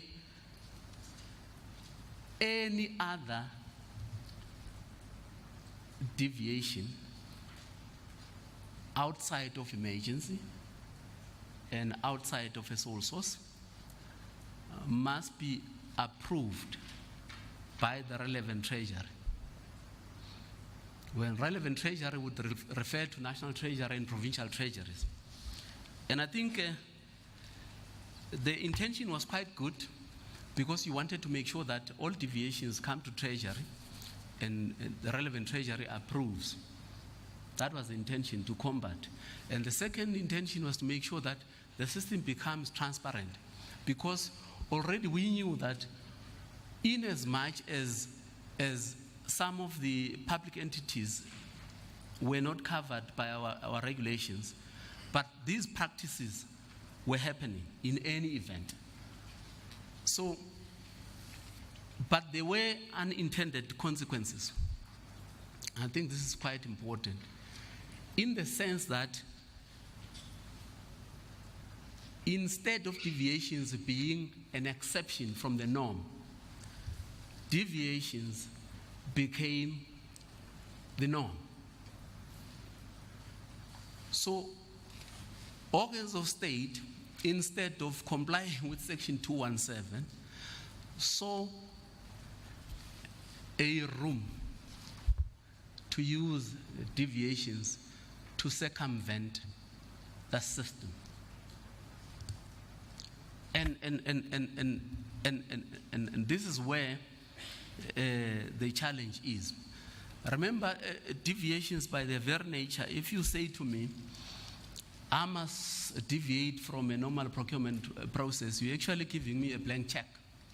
Because then I decide, who do I award the tender to?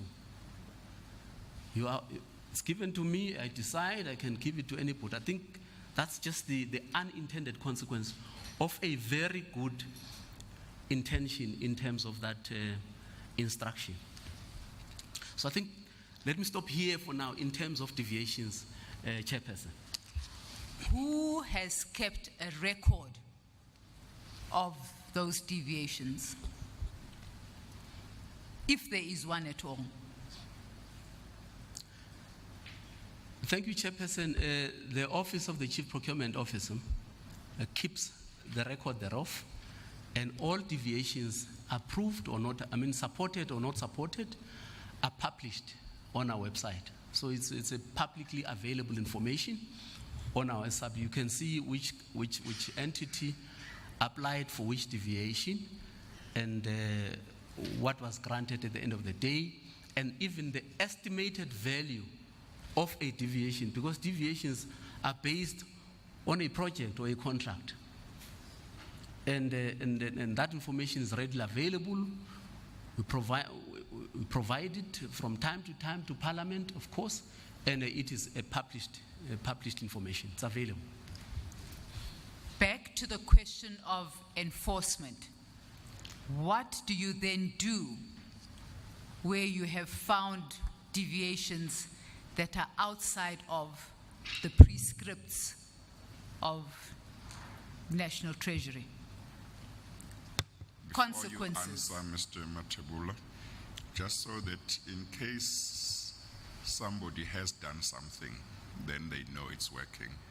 Right now, I can hear you very well. Thank you, Chairman.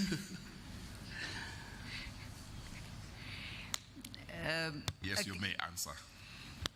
It's enforcement consequences. We go back to that question. Yeah. What happens to those transgressors? You know, it's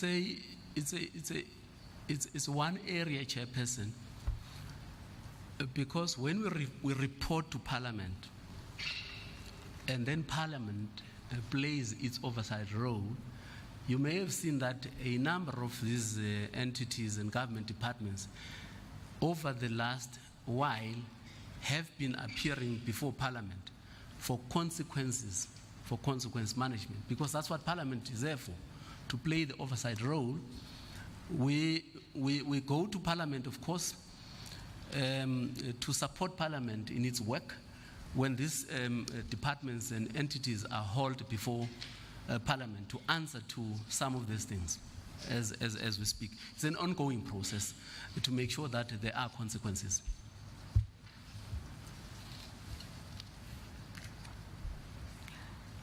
Again, I simply go back to the State Tender Board because it's a regime that we had and that one can use just to compare where we are. Variations of contracts, deviations. How were those dealt with under that regime? And you can see my train of thought is I'm already thinking, is there anything that this commission can recommend in terms of strengthening and improving the prevailing framework? Thank you, Chair. The State Tender Board, as indicated, also did deal with contract variations, but to reasonable degrees, because the board would simply say, okay, if there is an application for a variation of a contract, firstly, the board would ask questions. Why was there variation in the first place?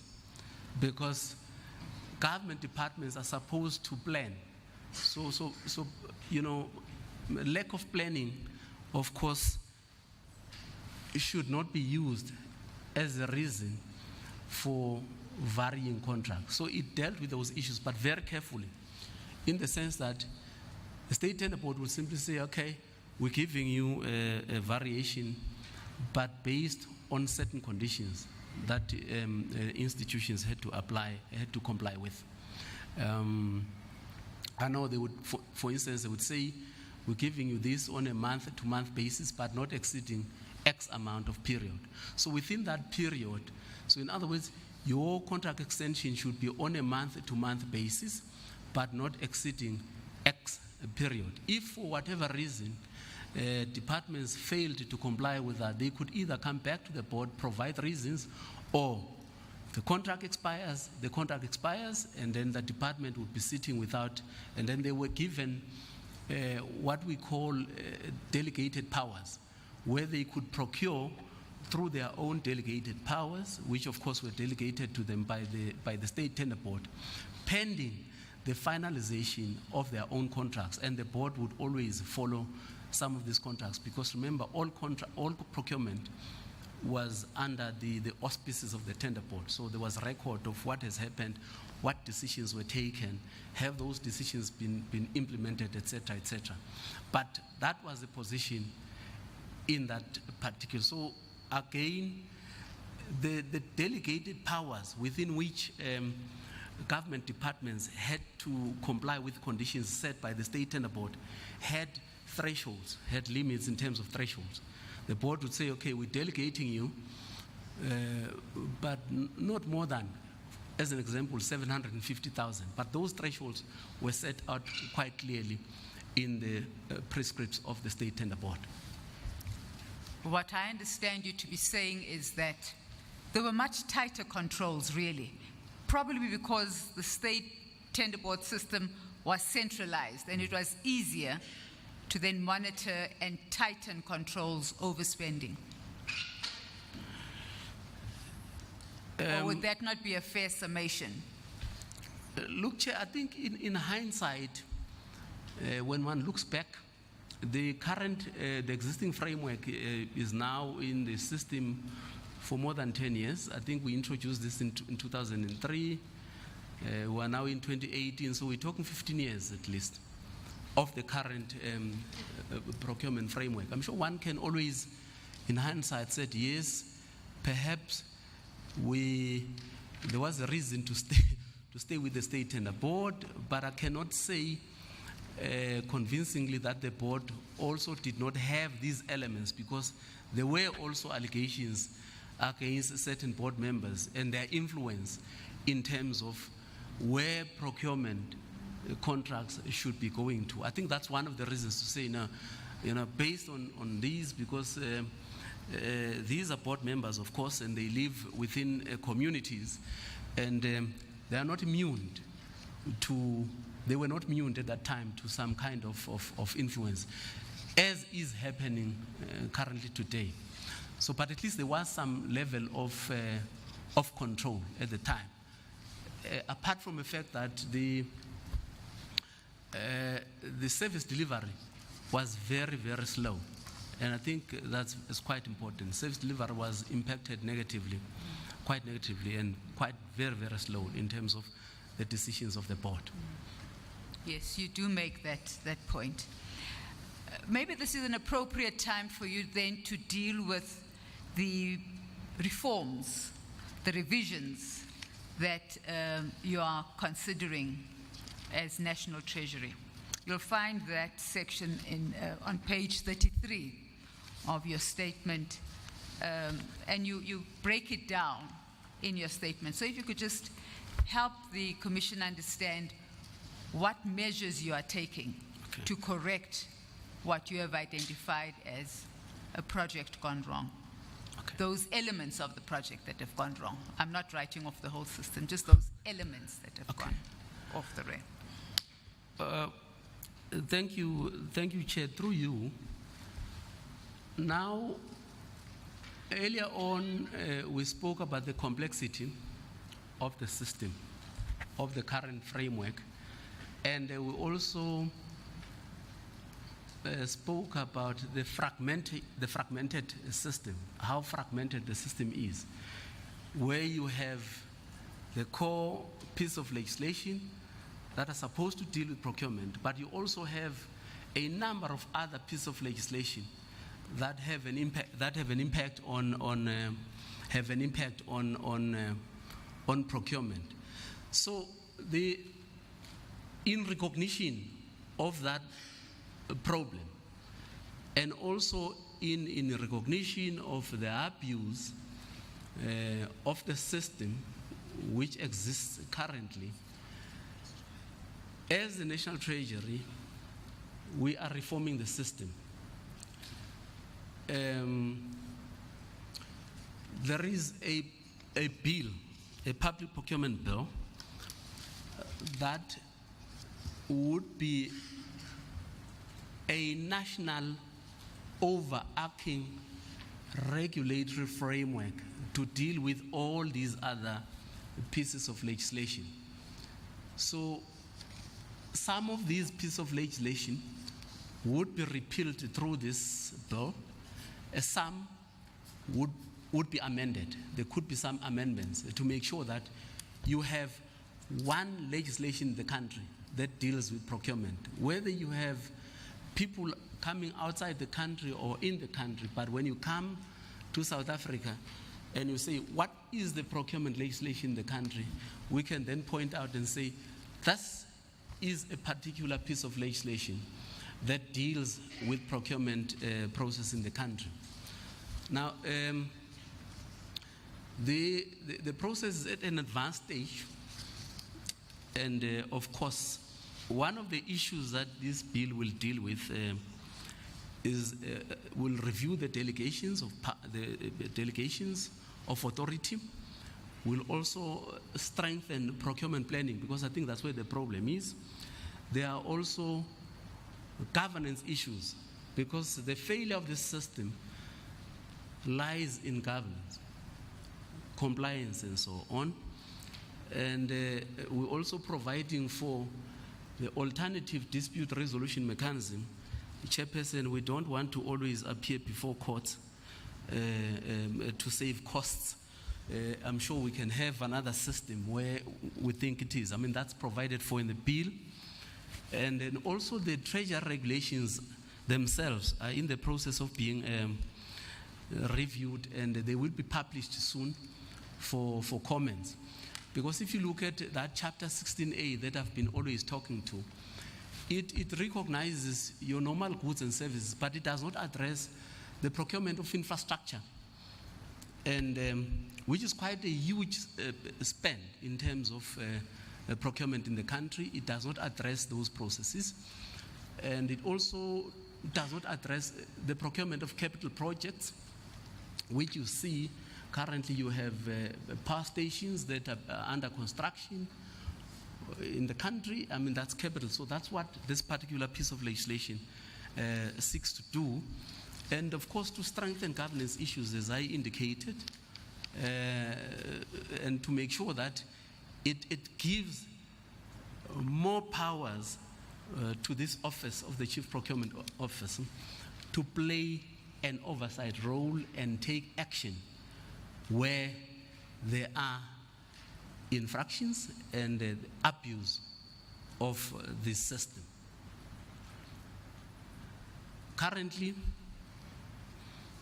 for instance, when accounting officers, for some reason, because they answerable to the ministers, so you can go that route and say, no, for me to deal with an accounting officer, at least you channel that through the minister, because that's a minister's responsibility in the current system. And I think it will remain as such for now. We don't want to make sure that there's a part, at least insofar as the transactions themselves, which are irregular in the process, we have much more powers to deal with those, take decisions, and where necessary, restrict people from doing business with government. So that's what is in this particular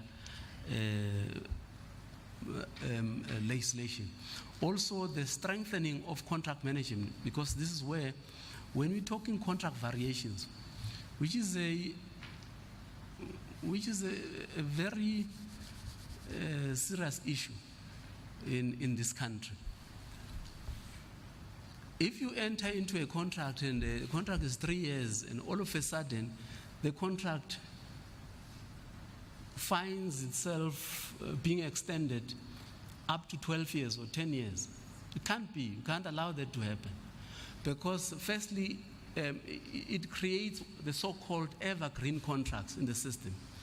And it also serves as a barrier to entry by small, medium enterprises and also black-owned companies who find it very difficult to penetrate.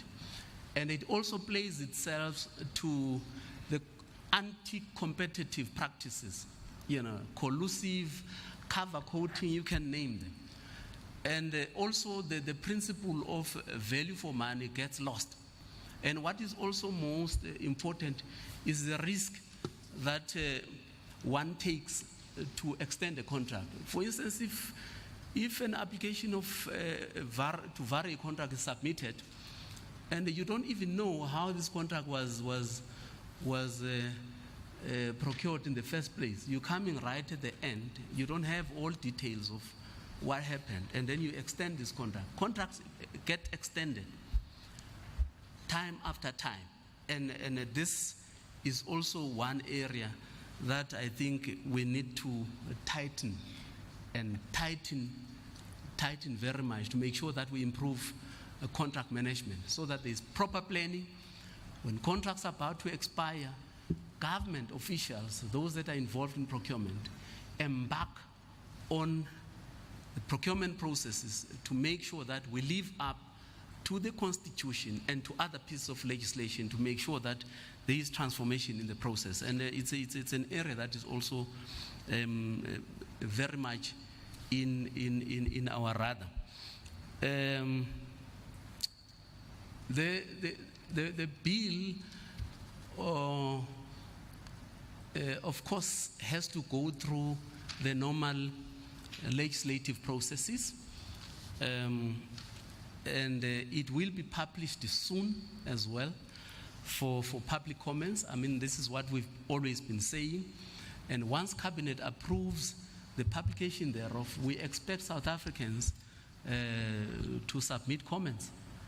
And it's quite urgent that we finalize this process. That's how urgent it is. And I think even at levels outside ourselves, there is an agency. Government is placed, I mean, this is part of its priority projects to make sure that the public procurement bill is out there, and then people can have an opportunity to comment and also to address all these other socio-economic objectives that we spoke to earlier on. I understand what you're saying, but my next question is, how is Treasury going to build this capacity that you speak of? Because you speak to capacity in contract management, you speak to capacity in procurement planning, just by way of example. What practical steps or measures are you able to take to build this capacity? Thank you, Chair. There is a process within Treasury currently to build capacity. There is again a division that's responsible for supply chain management capacity building.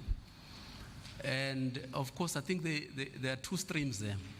The one stream is to professionalize this profession. Because currently, as I indicated earlier on, you can just take anybody and throw him there and say, go and procure. That's where the problems are coming. So to professionalize, to make sure that, and why professionalization? Professionalization to make sure that, like in any other profession, if Mathebula is found to have flouted the processes, then the body that is responsible for that particular profession must take an action against Mathebula and say Mathebula must be struck off, just like in any other profession. So that's one part, to capacitate. But the other part, which is an agent part and practical for that matter, is really training and development. Because practitioners must be able to put together a tender document. That's what is lacking. Hence, we always appear before courts and so on, simply because the way our tender documents are crafted, you could clearly see that all these laws that we're speaking about, there is a lot of misinterpretation and so on. Hence, we land into the problem. So the immediate step that Treasury is taking is to make sure that we train people practically to put together a document that complies with the Constitution and all other applicable legislation. So that's one part. But the professionalization, we're talking to tertiary institutions, is much more long-term. And we also have a partnership with the National School of Government to make sure that we train people. We have also the forums that we always have, where we share information among ourselves as procurement practitioners in order to clarify policies, etc., etc. It might not be adequate, but it exists as we speak now. As I conclude, can I ask you to apply your mind to the next few set of questions? The first is, you have told the Commission that the procurement spend of government is in the region of 800 billion. Is there a monitoring process to ensure that this money spent achieves its intended objective?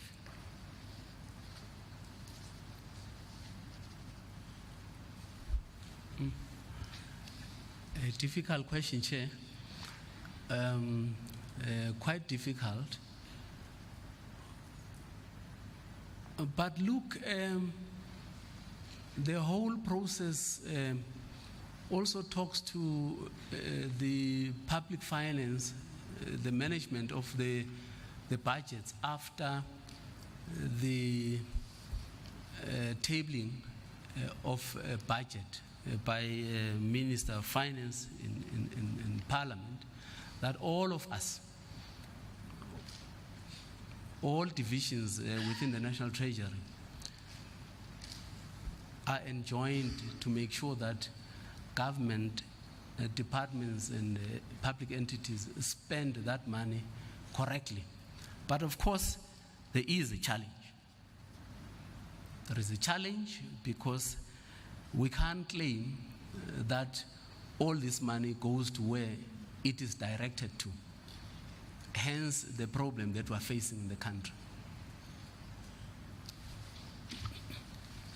Then my next question really is one that seeks to identify the real, where the problem really is located, these transgressions, the misspending of money.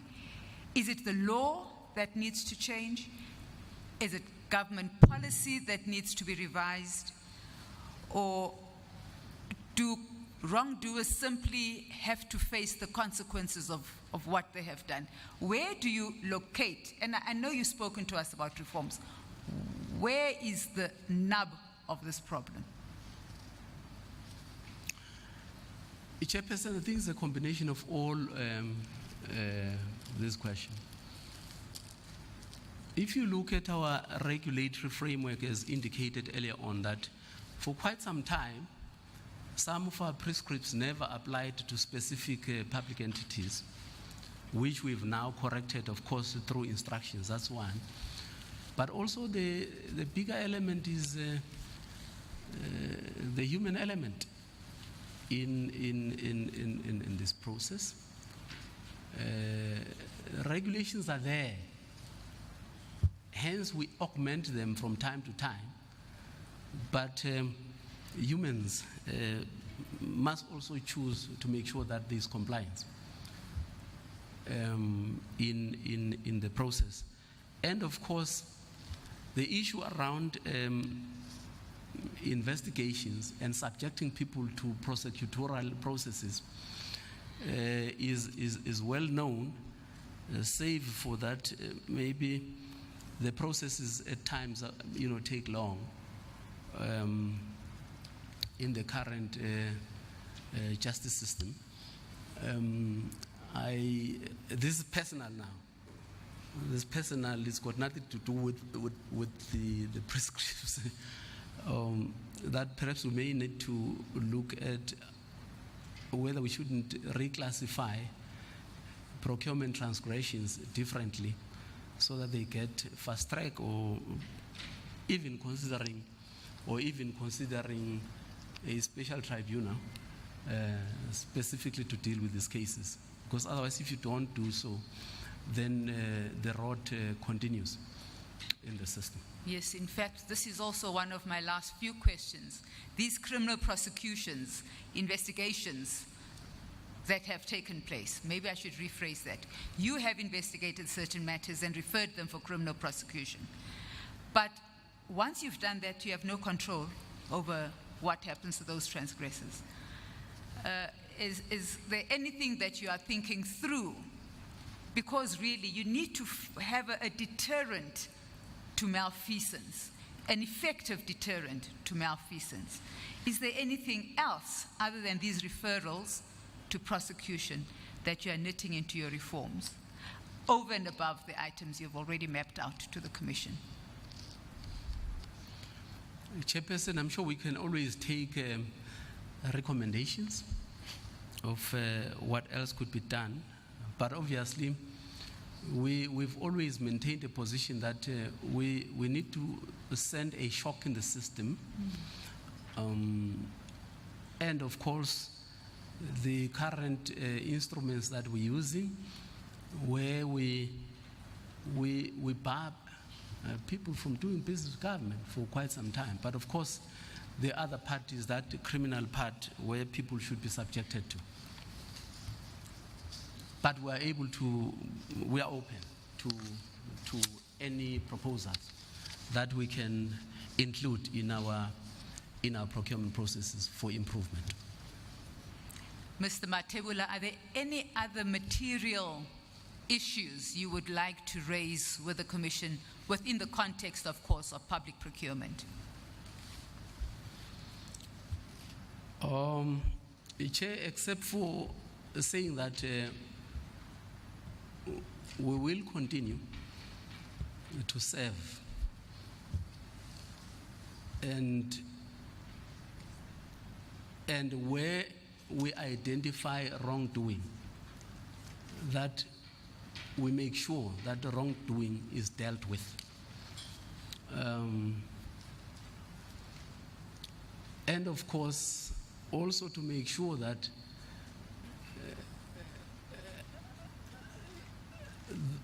people who were historically disadvantaged by unfair discrimination do benefit from the procurement of this country. And I think we can say that without any fear that it has to be done, but of course within law.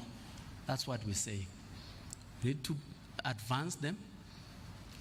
Must be transformation, and people must repent at some point in time.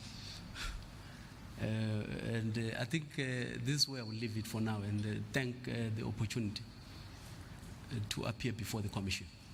Not quite, Mr. Mathebula. But thank you very much. Chairman, there may be questions that you wish to put to Mr. Mathebula.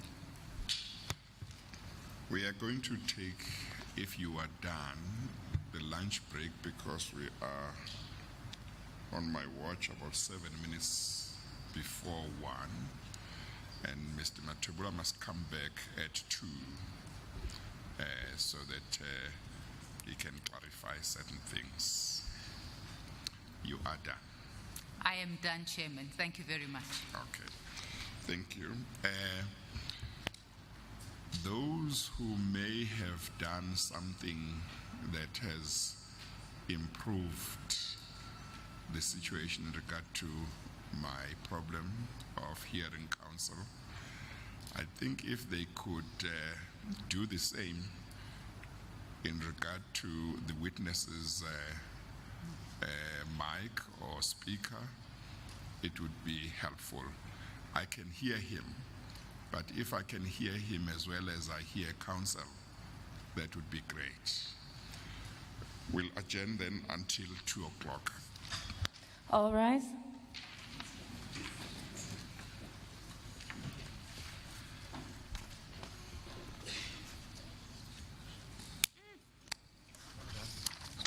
Done. Thank you. Thank you for your inputs.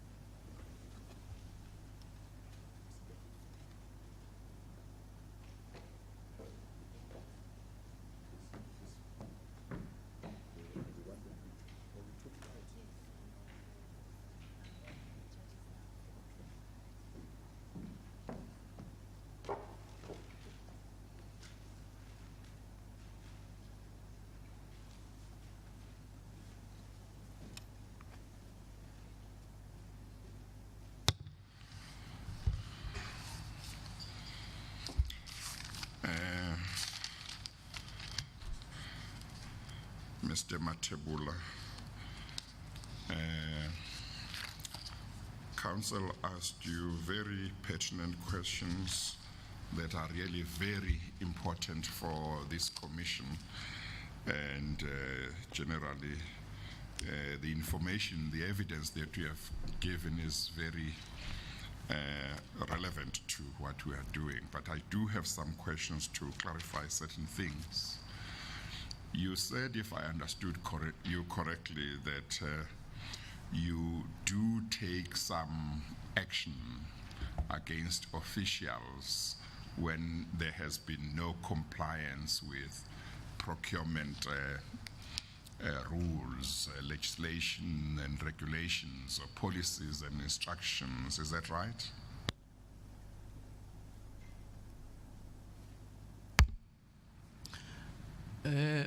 Correct, Chairperson. We always make recommendations to relevant accounting officers to take actions against those people. So you are not the ones who take action against them. You only make recommendations. Yes. Do you have statistics that could tell us how often your recommendations are complied with, generally?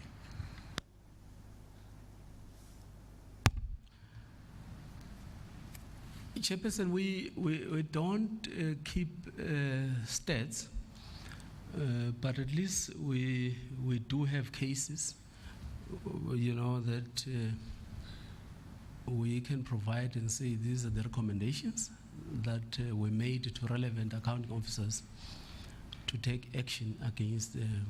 But perhaps that would be what we have as statistics. But as to whether the officials do comply in those things, I think there's definitely a gap there. But what I do know, because the work that we do to a greater extent also involves the Auditor General, although the Auditor General's work is post facto. So we cannot track whether our recommendations are actually implemented. So your office or Treasury, National Treasury, as far as you know, will not have statistics as to how often various government departments and maybe state entities comply with recommendations for action that your office may be making or may have made over the years. Thank you, Chairperson. I think on a very small scale, we do have stats, but not to the extent that we would have loved to. I do know that in terms of recommendations where, for instance, we get applications for condonements of instances where processes were not followed by officials, that we do require certain information on the basis of which a decision should be made on whether or not to approve condonements for irregular expenditure. We do have that stats, but on a broader scale, no, I think I must just admit that we don't have that stats, but we do have, especially for those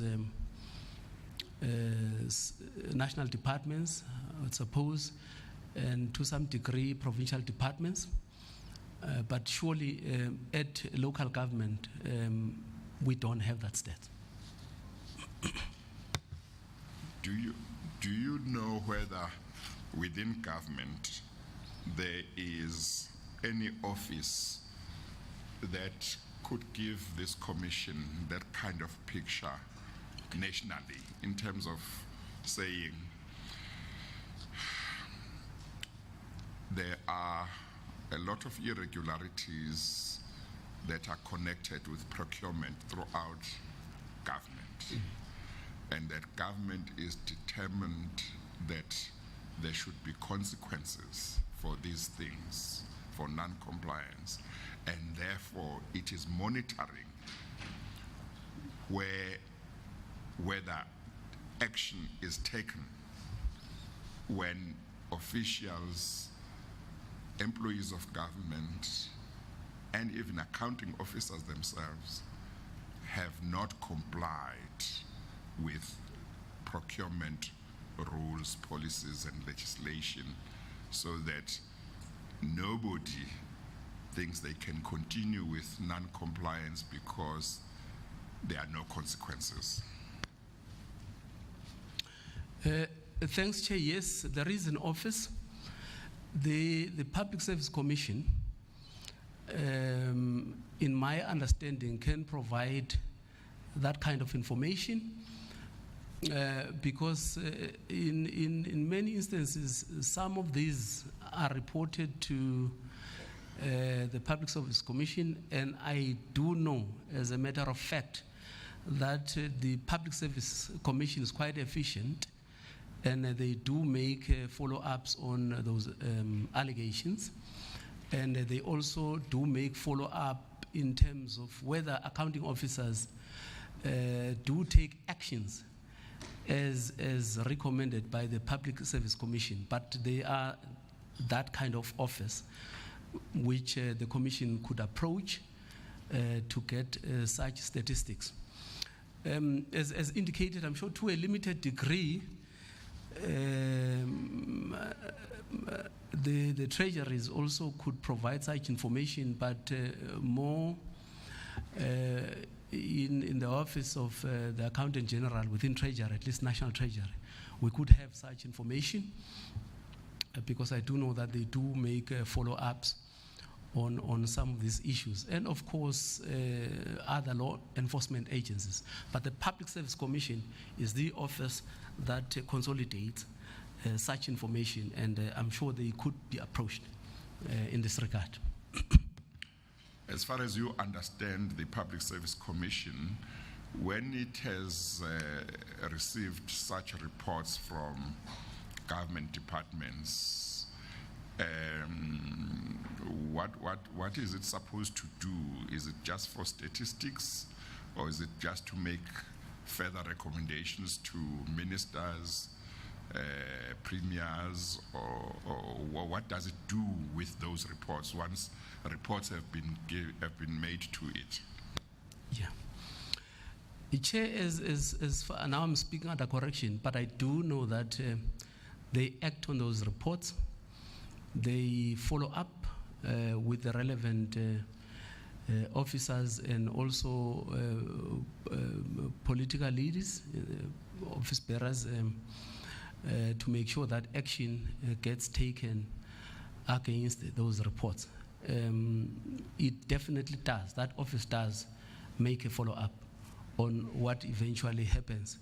Why I'm saying so, I have to state this because allegations are made on a number of cases, and then even to ourselves, the Treasury,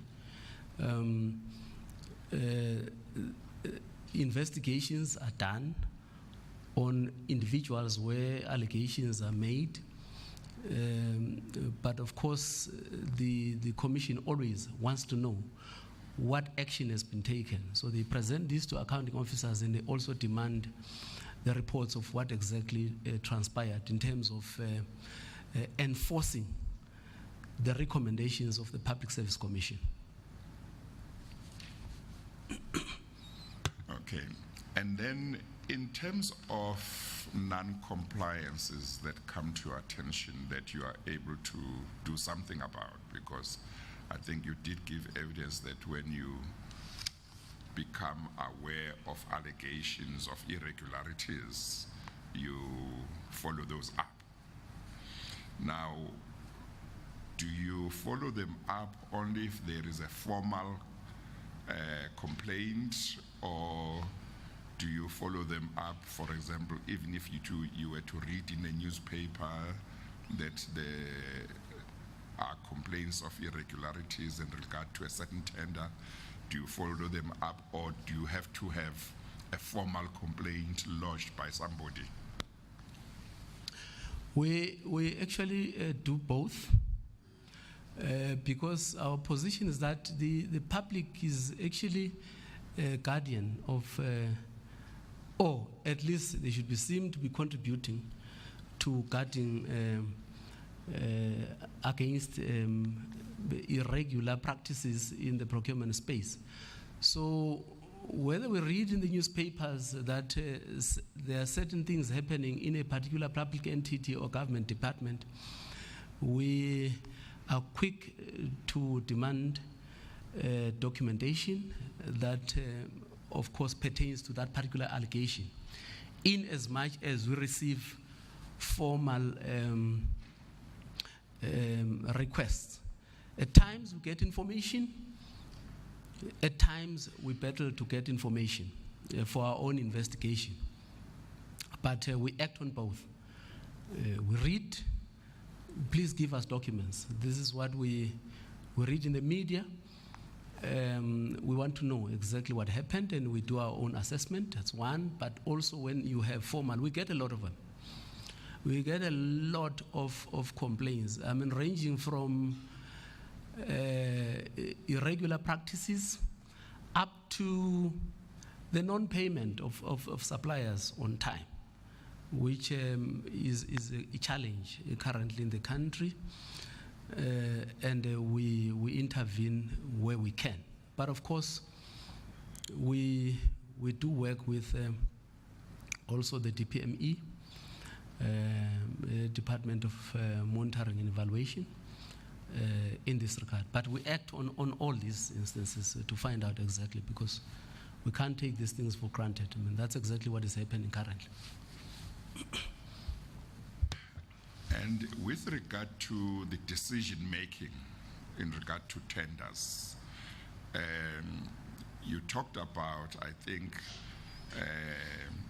the first instance committee. Is it the bid committee, bid adjudication committee? Is that what it's called? Yes. Yes, and you said that part of the reason why that committee is critical is because that's where it looks at the specifications, for example. Is that right? Yes. And you said that you could have situations where specifications are formulated in a certain way in order to favor a particular entity that will later on tender. Yes. Now, the actual adjudications of tenders, they are done privately, in the sense of not in public. People sit in some boardroom and decide them. Is that right? Yes. Now, generally the public will just hear that a particular tender has been awarded to a particular entity, but they won't have any participation of any kind. Is that right? It's correct, Chair. And that process of adjudication is not transparent. Is that right? It is correct, Chair, in the sense that it is not open to the public at large. Yes. And it doesn't, of course, involve members of the public. And the people who make decisions on tenders don't provide reasons until there is a court case. Is that right? Or do they? There is what we call, Chairperson, in the process debriefing. And I do know that some institutions do conduct debriefings because it gets provided for if it is provided for in the tender document. But the information is also made available on application, whether through PAJA or through PAIA. That information is actually made available. But in certain instances, I am aware, because I also chaired a bid adjudication committee for more than 10 years on transversal contracts as a chairperson and also head of that office. I do know that at times the losing bidders would, without thinking twice, resort to the court process and apply court processes to request records and so on. And we make a record available, of course. That's what our duty is. And of course, relying on the fact that if the process was transparent or is transparent, then there is no reason to fear to disclose the document, unless, of course, one is hiding something out of this process. You see, I'm thinking about that because I think it's important that we look at what it is within the procurement system that is weak, which results in the levels of corruption and irregularities that are associated with procurement in the country. Because my observation is that a lot of corruption, when we talk about corruption in this country, is connected with tenders. You see, so it's a very important part of what we must look at, because that's part of the terms of reference of the Commission. Part of the terms of reference, actually 1.5 and 1.9, says we must look at the extent or the nature and extent of corruption, and therefore we need to look at what are the systems that are in place. Are there weaknesses in the systems which encourage, in a way, or make it possible for corruption to go on at the rate at which it is going on? So the issue of transparency might be important, because if the losing bidder has been given reasons why he or she lost or it lost, that might go a long way to convincing them that there is no corruption in the decision. They lost because they deserved to lose. So it may well be that to the extent that the reasons are not provided as a matter of course, that maybe that should be considered. Do you have some comments on that as somebody who has been very involved in procurement? Is it something that you think might assist? Is it something that might be practical? Thanks, Chair. But thank you very much. But I must also say that when we talk about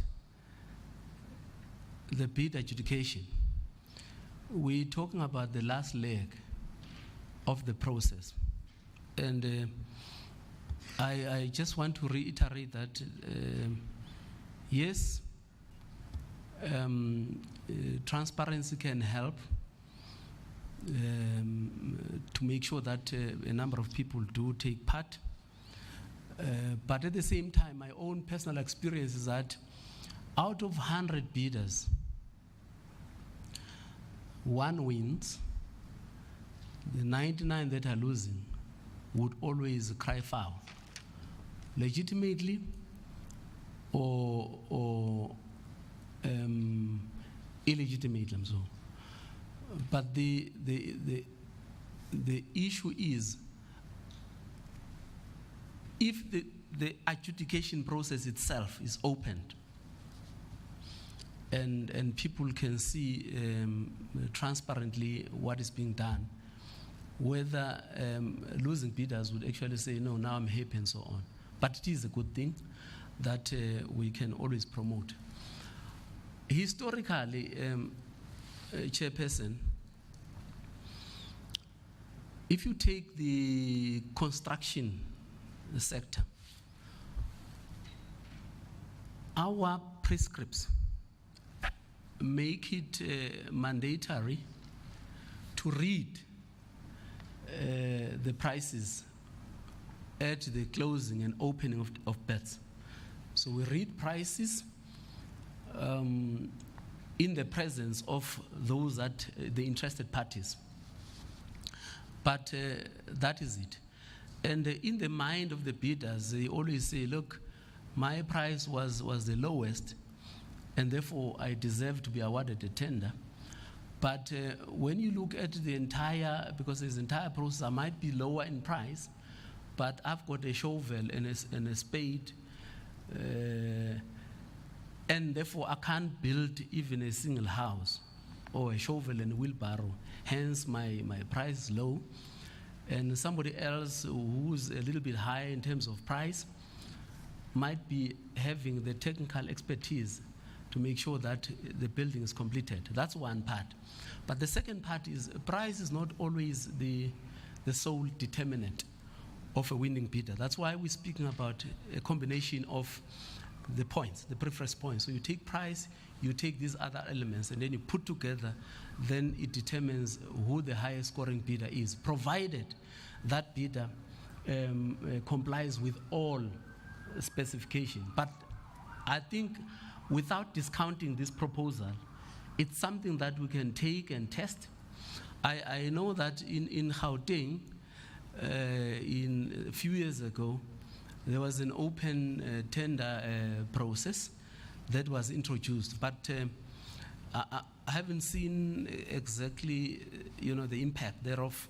Perhaps that's something that one has to do an assessment of what was the impact of that particular process, and then we can see whether we can roll it out throughout the whole procurement system in order to deal with the issue of transparency.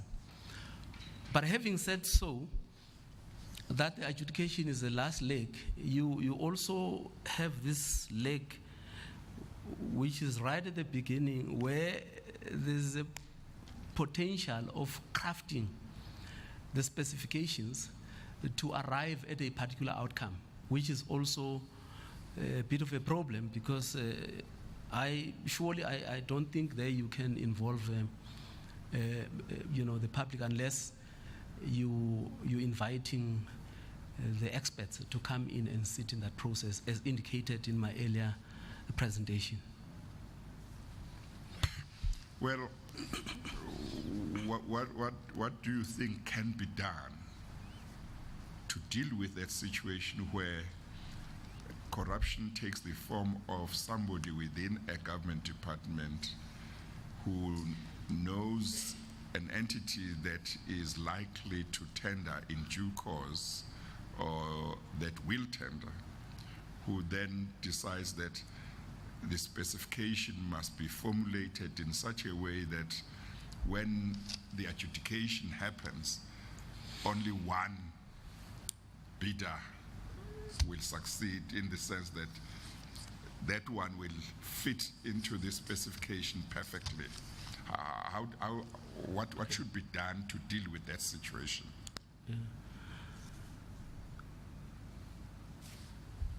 Chairperson, the current processes, if I may just take, all tenders are published. So every 1st of April, there are procurement plans that are sent to the National Treasury, and I suppose also to relevant treasuries, where planned tenders for a particular year are published, so that potential bidders can position themselves to know what is coming. And of course, that's a current system that we have. So it's available on our website. If everybody there is, they can go in and see. That's one. But secondly, the results of all bids are also published, and the reasons why some of bidders have been successful and some not. But to answer your question directly, what should be done?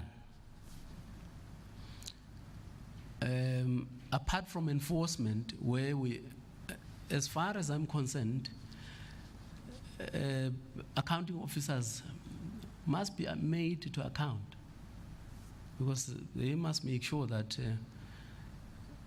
the specifications are not biased, and they must also approve these specifications before they go out into the market, and they must ask questions, and serious questions where there is no clarity in terms of specifications that are supposed to go out.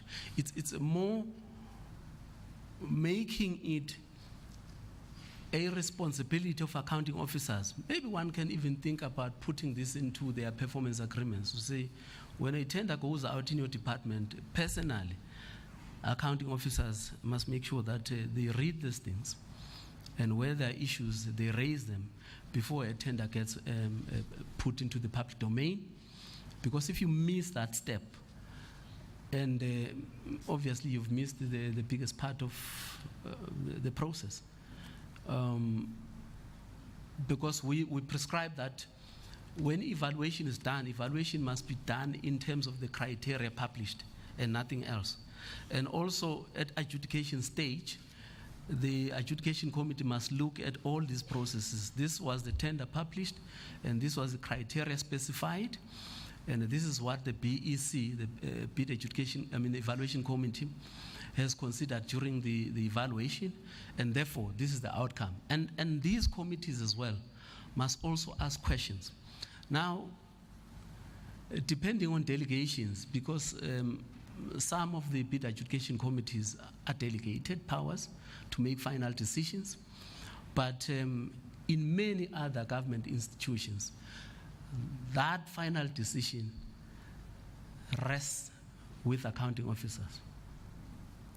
So again, I think we are open to taking proposals of how we can strengthen that particular system to make sure that that whole chain. Otherwise, I don't even want to consider going back to the old order, the state tender board, where you have a board that has to look at this thing, because you might not necessarily do. But the other thing that we can do, which we always do, by the way, is to benchmark against systems of other countries. I know I've been to Ghana, and then looking at systems of various other African countries, including countries from the Caribbean, and in some cases from Europe, just to look at what is best practice, what do they do, to make sure that we deal with these issues of allegations of corruption in our processes and the fraud that exists. What are the chances of somebody else detecting that there has been an unfair formulation of the specification once the person who has done that has done that? How easy is it for somebody else to say, but there's something wrong with this specification? Is that something that is easy to pick up, or not really? Or it depends on how bad bad the person is who was trying to formulate it in a certain way. If he's quite skillful, nobody will pick it up. Yeah. Thanks, Chair. You raise a very important fact. Look, it depends on experience. Some of the officials can simply tell you right from the beginning that this tender is cooked. But it depends on how long have you been involved in the system to pick those things up. Can say even at education, no, this specification was cooked, and because it was cooked in that way, and therefore this thing can't pass the test, and you refer it back. Sorry to say, but I think I've detected, but like I'm saying, on a number of instances where I could see that no, this particular tender is cooked, and I simply return it back and simply not approve. But it's experience. I mean, this is a game of experience to understand, and also the application of all the policies that apply into the system. But not all of us, of course, are experienced. Would there be somebody in any particular department or state entity whose duty would entail precisely that, before a tender is finally adjudicated, to check whether everything has been done the right way, but also to examine the specifications and see whether they can pick up if it has been, as you put it, cooked,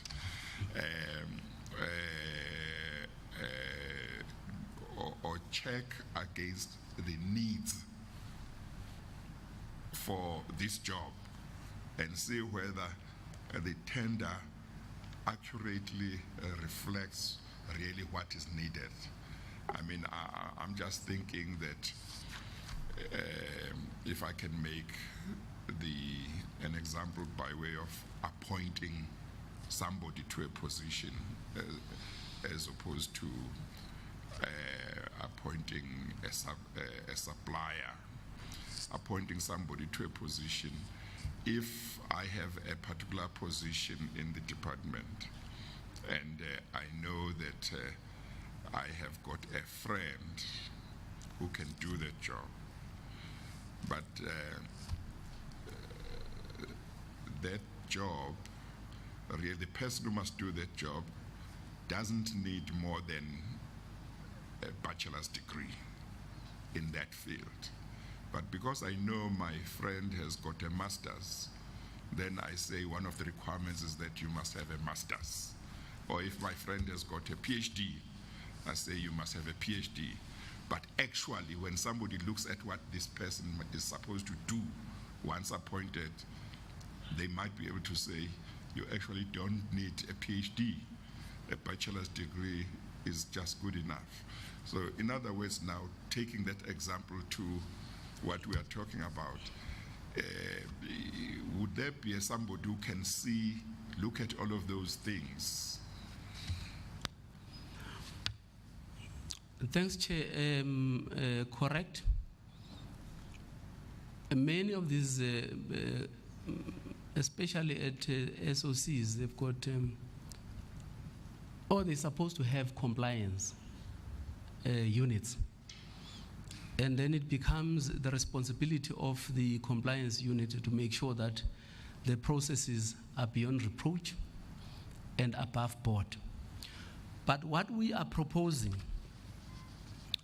in the review, we are proposing something that we still need to discuss and agree on, is to extend. I'm sorry. Mr. Bashe, you have been standing for a long time. Please feel free to. I didn't realize you were standing. Please feel free to sit, and when I'm done, you can rise again. Thank you. Okay, thank thank you. I'm sorry, I didn't see that. Thanks, Chair. what I was saying, above just the compliance units, we are thinking whether it won't be possible to extend the mandate of internal audit function within departments, because all of them have got internal audits, to see if, given the capacity constraints that we have in the system, whether we can't use internal auditors to audit our procurement processes before they actually get finalized. Something that we're thinking about, and I think we will propose that also in the reforms that we're engaging in. Although we know that their function is mainly to help us in terms of regularity audits, not necessarily in terms of forensic and so on. But we're considering extending that particular mandate to say, give them a responsibility. They must vet all our processes and to make sure that they are beyond reproach before a final decision, and then give us a report, at least from an independent point of view, because we're not procurement. This is an independent, and I guess they subscribe to their own ethics. And in my view, this would be one of the instruments that we can use to make sure that before a tender is finalized, it gets subjected to internal audit for review. And then they can, of course, identify areas where there are concerns, and we can address these issues even before the award of tenders. That's just something that we're thinking about for now, Chairperson.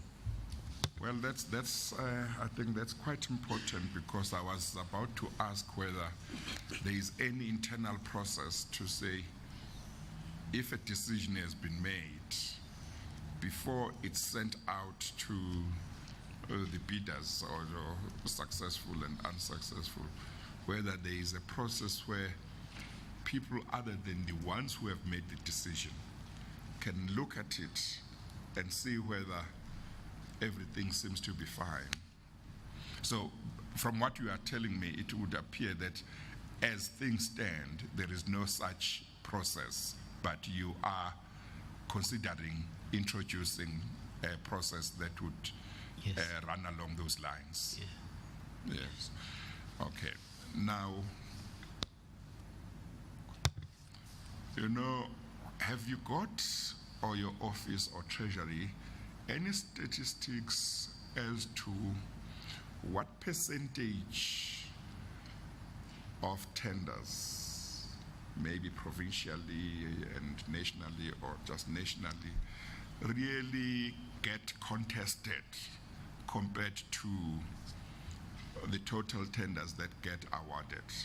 In other words, what I read in the media, which gives me the impression that it's a lot of tenders that have got problems, to what extent is that a fair reflection of the position, or is that 10% of tenders nationally, for example?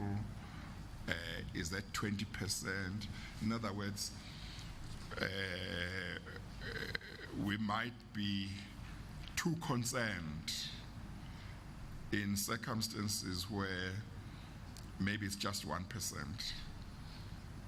Not that we should not be concerned at all, but obviously if it's 1%, your degree of concern is not going to be the same as if it's 45% and more. Do you have statistics along those lines in your office or treasury? Does the treasury have, or anybody? Thanks, Chair. Because procurement takes place at all institutions, and there are open tenders after a certain threshold. For instance, open competitive tenders, the threshold is 500,000 currently. So what you see contested in the main, is what is above that threshold. Because below that threshold for national and provincial sphere of government, go through normal quotations where you get 3 codes and so on. And that's one process that we can't see. If you're talking at local government, the current threshold is 200,000. So now it's everything above 200,000 must be on an open competitive. Anything below that is of course, procured through quotations. And the thousands and thousands of transactions as we speak, as I sit here, that are happening in government. We do have a reporting system currently. Might not be perfect through the central supply database. There is a reporting system where transactions and contracts are reported, but that might not always be accurate. The only other stats that we use to determine how much goes through government is through another system where payment is done, because you need to pay at the end of the day. And at least that particular system will give you a much more accurate, may not be accurate, but accurate of what exactly is happening. But as to giving a split in terms of percentages it's a bit of a challenge for now. And Chairperson, can I also just go back to your question earlier around this internal audit? In our reforms, in the procurement bill, we are making provision for a procurement ombuds so that you give a cool-off period once a decision has been taken to make sure that people can come forward and say, no, they either object or what, but within a certain period. I mean, just to also highlight the importance of the decisions that are taken to make sure that they are fair before we even take these decisions to court. I would imagine that people who want to do business with various government departments and state entities would know, for example, who the people are who are likely to decide a tender. Am I right?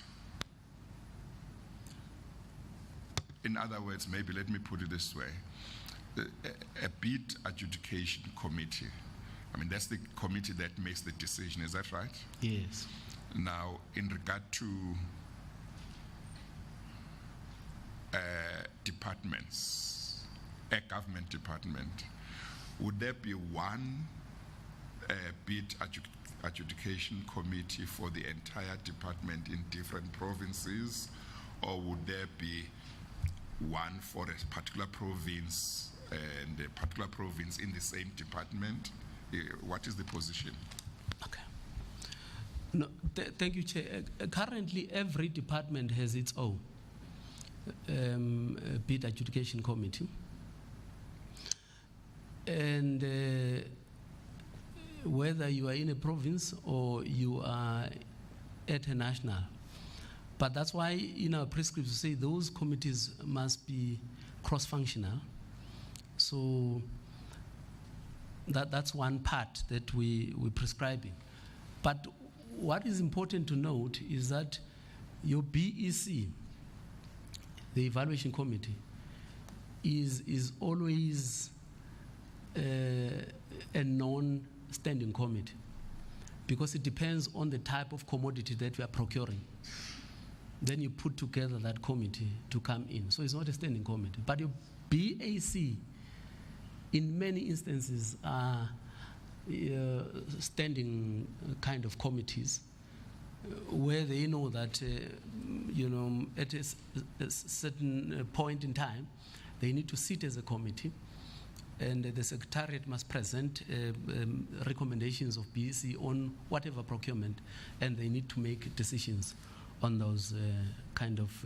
So it's more similar to what we used to have in the State Tender Board, because the board was a standing committee with at least 6 members from the public, representing different sectors, and then 6 government officials. So you had that combination, that mix during the tender board.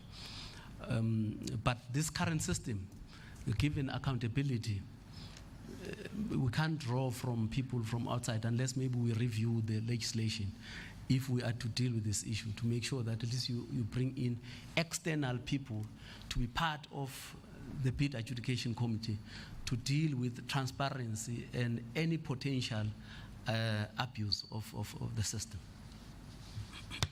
So, what you are telling me seems to suggest to me that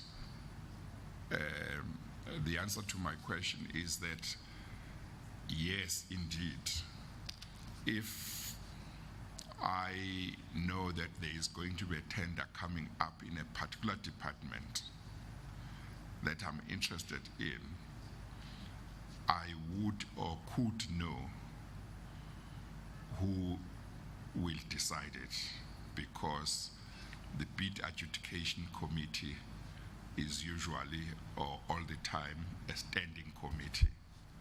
So I would know that. If I want to know, I can find out. Yes. Yes. That's correct.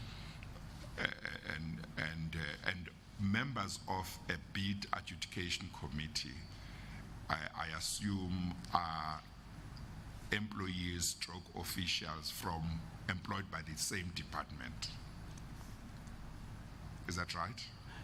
Yes, is correct, but nothing prevents accounting officers from drawing from other departments. Oh, okay. Yeah, some people who must just come in. Yes. They either observe the process, yes, or provide technical support. Yes. But those, of course, are precluded from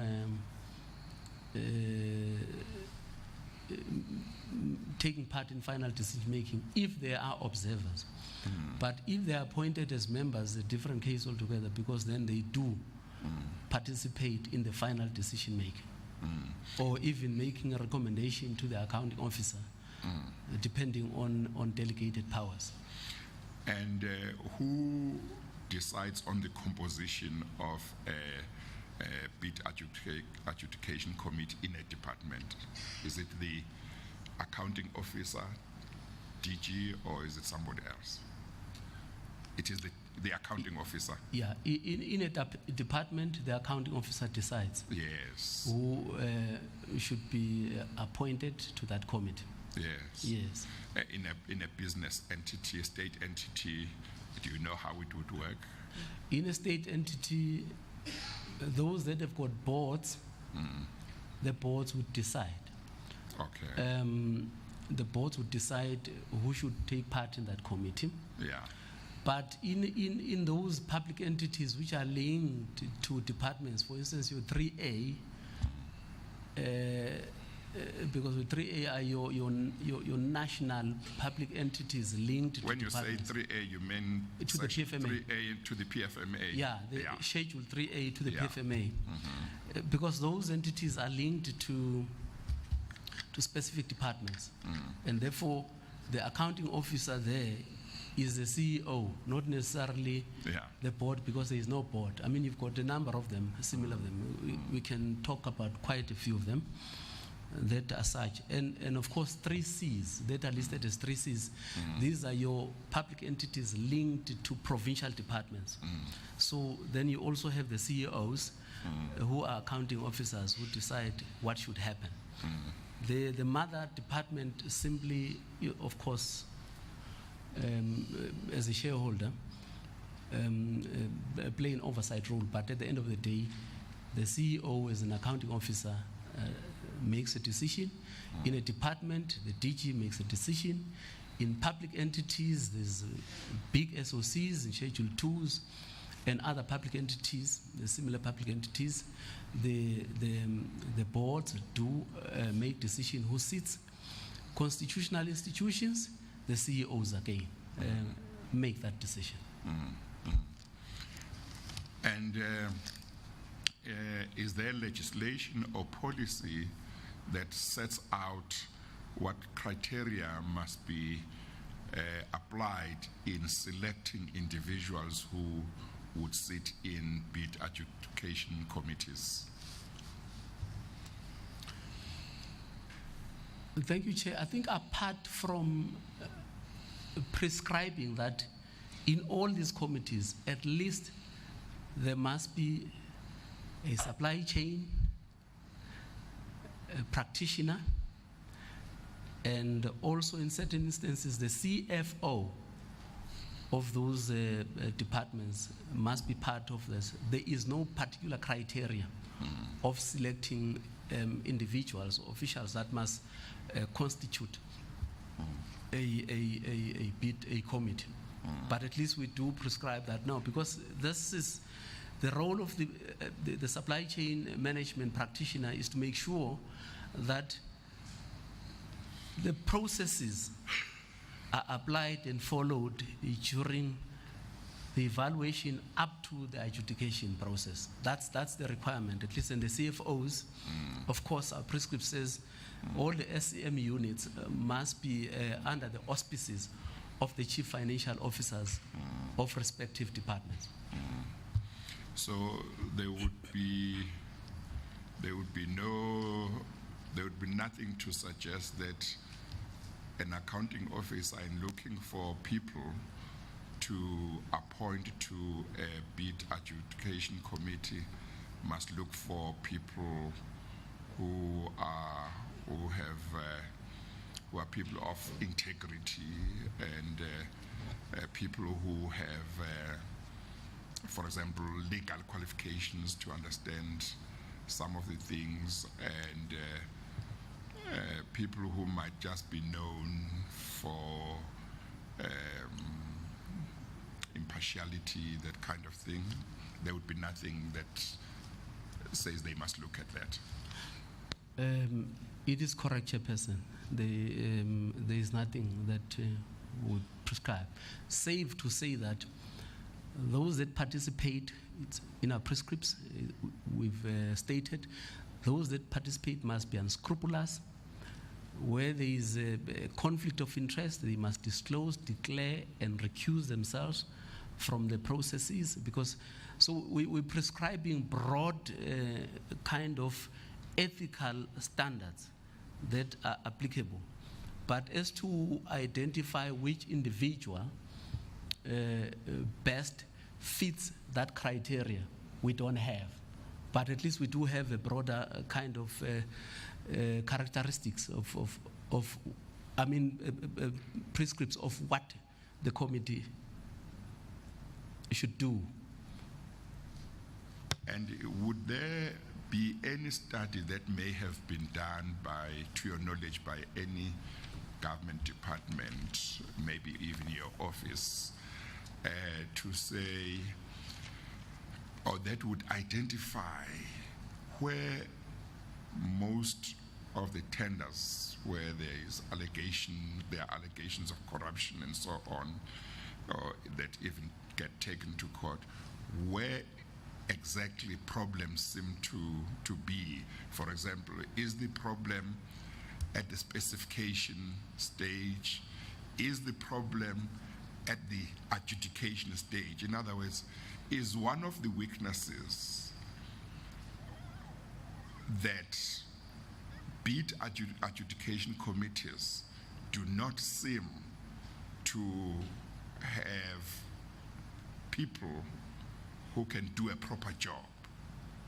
Is there any study or anything that has been done to say where exactly do things go wrong in our procurement system?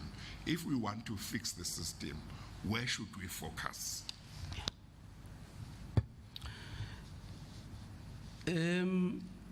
Thanks, Chair. We always rely on the reports of the AG, because the reports of the AG, in as much as they do not go to that level of detail, as to saying where exactly are the issues, but at least it is a usable report to see where exactly the problems are.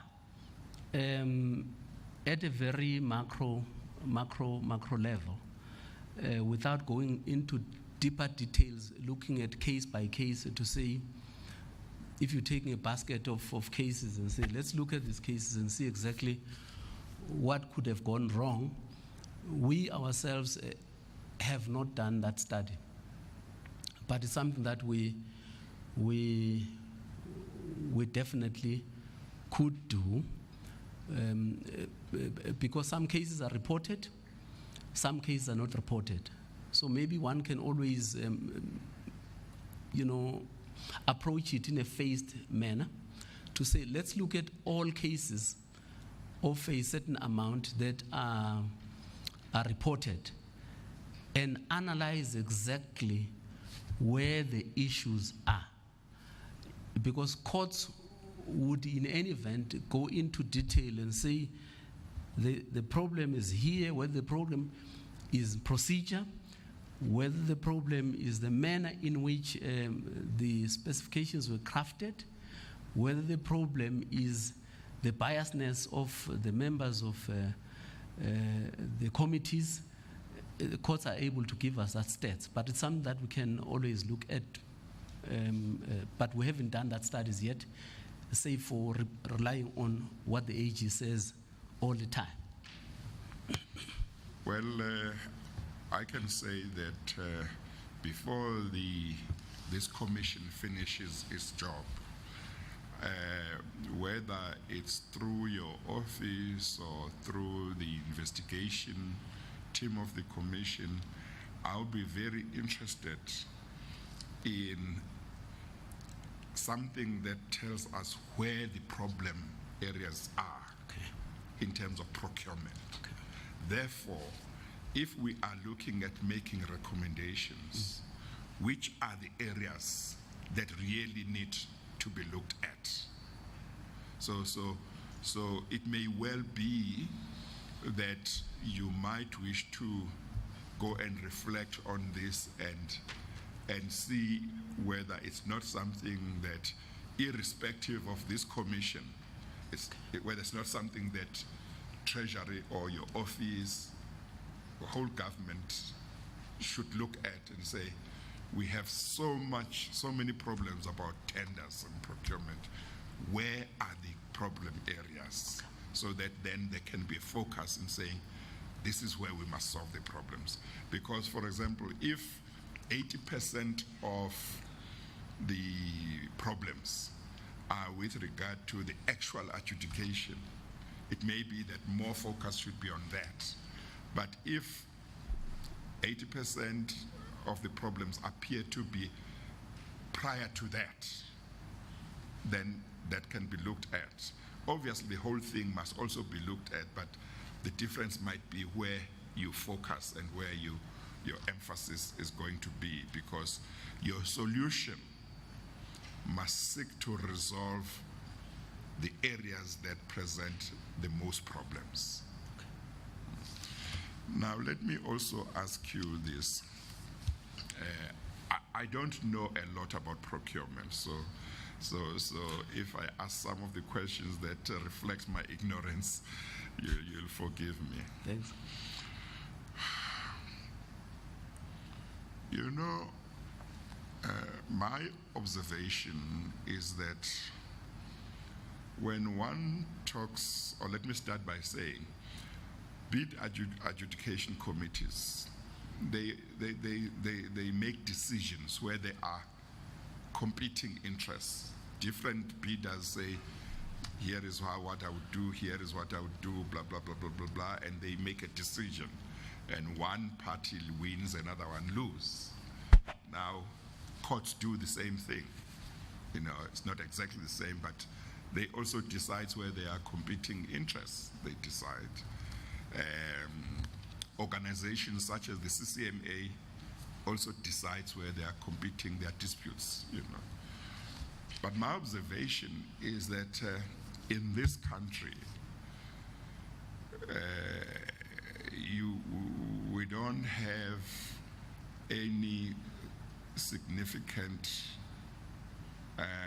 problem of the public complaining that, for example, courts or even organizations such as the CCMA, they decide cases based on corruption, that judges, magistrates are bribed, that arbitrators in CCMA, in fact, a lot of bargaining councils throughout the country have got arbitrators who arbitrate disputes.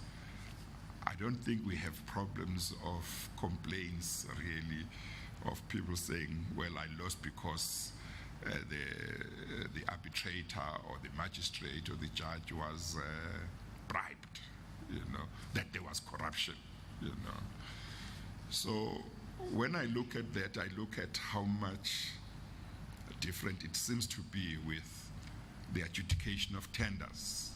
So I ask the question whether it might have, among other things, to do with the openness in which courts and organizations such as the CCMA make their decisions. They come and sit, it's open, it's public, anybody can come in and listen, and the decision is announced, it's known who decided it, they give reasons. Now, the adjudication committees don't do that. They do all of these things behind closed doors. And, the public won't know who made those decisions unless maybe there's litigation and so on. So I wonder whether it's too simplistic to say maybe if bid adjudication committees were to operate more openly, if, for example, the public is going to know that on that day, the bid adjudication committee of Department A will be sitting to consider and decide a particular tender. It's known where they sit, the doors are open, the members of the public can come and sit and listen, and the people who make decisions know that the public knows that they are the ones who made those decisions. The media can come in. Maybe that could contribute, but as I say, I don't know much about procurement. You know quite a lot. Have you got some comments that you can make on that? I know that there may be situations where a particular bidder might say, well, there is some sensitive information relating to my business that's involved there. But I don't know whether all bids would have that, and secondly, whether even if there is such a situation, whether it should prevail over the public interest that may be there in having that kind of openness and transparency, where those who make decisions know that I will be known publicly to be the one who gave that tender to so and so. If there's something wrong, everyone will know. If there are suspicions of corruption, they'll associate me with those suspicions. Thank you, Chairperson. I think it's an invaluable proposition.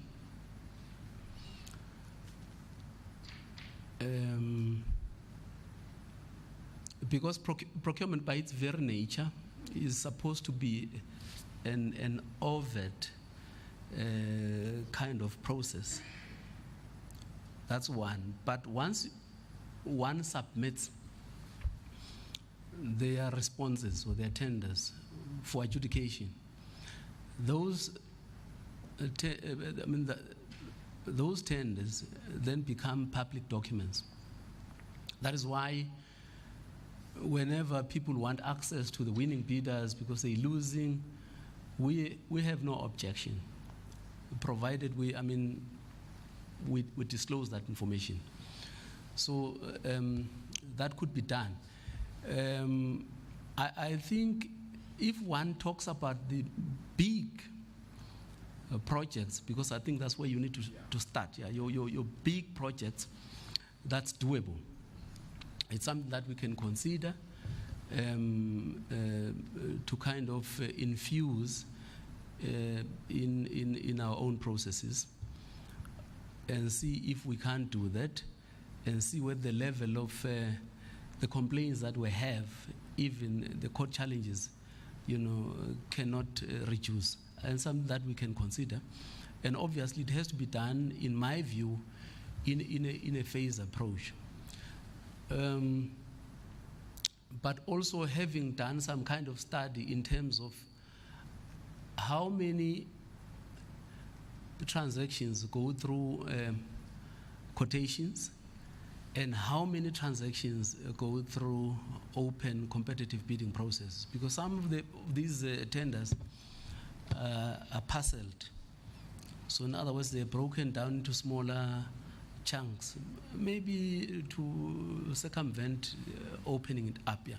But it's something that we definitely can take home and see how we can practically apply it and roll it out. Of course, we need to pilot it somewhere and roll it out throughout the whole government. I know from a transversal point of view, because those bids are adjudicated centrally within the Treasury, perhaps that should be the starting point. And see, these are the tenders that Treasury is responsible for. Can't we open them up and then take that model, roll it out to government to see how practical it could be, given the number of tenders that are always in the system at any given time. But it's something that we can always consider. No, and then you 2 times you mentioned something about accountability when you were referring to bringing in outsiders.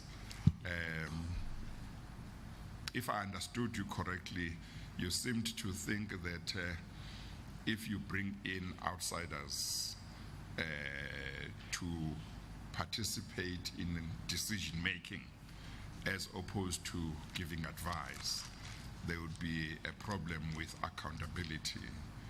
If that is so, can you explain that to me? Yeah. Thank you, Chair. That's correct. That's my thinking.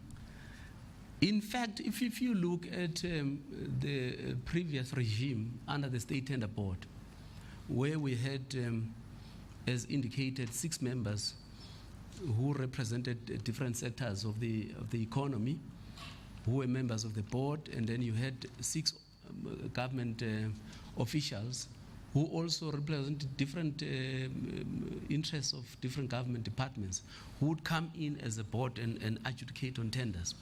Now, when the decisions of the board were challenged, the departments would always say, no, but we didn't take these decisions.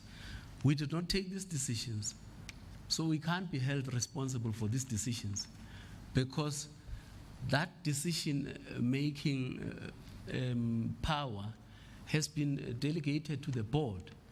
So that is why the State Tender Board over and over had always been drawn into court, to kind of respond to their decisions. That's one. Now, when we introduced SCM, we were very clear in our own minds that if you bring in external people to form part of this bid adjudication committee, equally so, the accounting officer could simply say, no, but these people, when there is wrongdoing in that process, you can't take an action against them. So you can't discipline them because these are external people.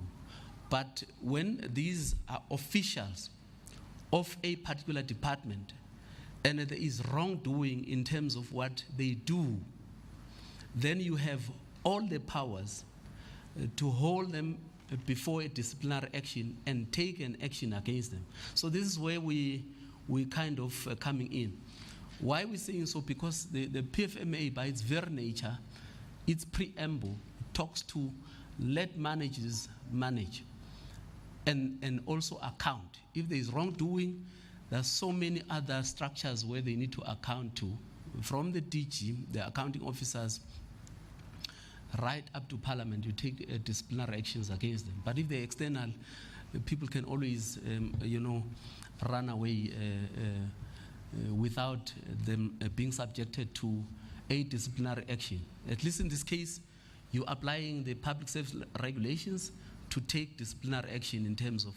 So this is where the thinking was at the time, and I think until perhaps we get inputs from the public in terms of how do they view it in terms of the new envisaged bill, it's something that we can look at and see how then do we make even these external people accountable. What do we do to make them account to decisions that they take as part of the collective on the bid adjudication committee? This is, in a nutshell, what I was explaining, Chairperson.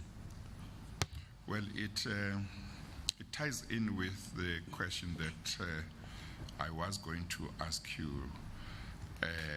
You did talk about one, maybe two challenges that were identified with regard to tender boards, and hence they were abolished.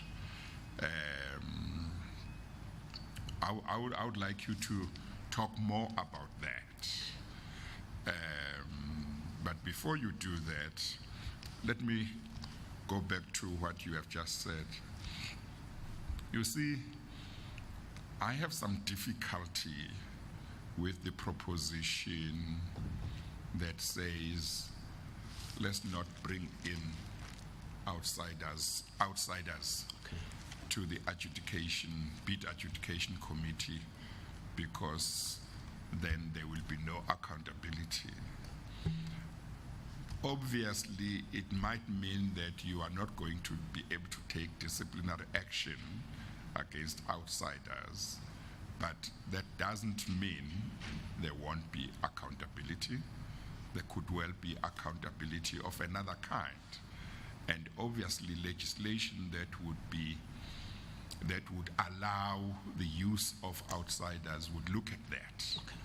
For example, if you are going to bring in a lawyer, an attorney or advocate, or you are going to bring in an accountant, an auditor, people who fall into certain professions, if you bring them in, you can rest assured that if there's something wrong that they have done in the adjudication that, for example, goes to issues of integrity, you can rest assured that there is a place where they could be reported and there could be action against them. So I wouldn't think that you would need to be concerned about accountability in the case of people like that, just because they are outsiders. But I don't know also, even in terms of members of the bid adjudication committee that are employees or officials of the department. I don't know if you know how much action is taken against them.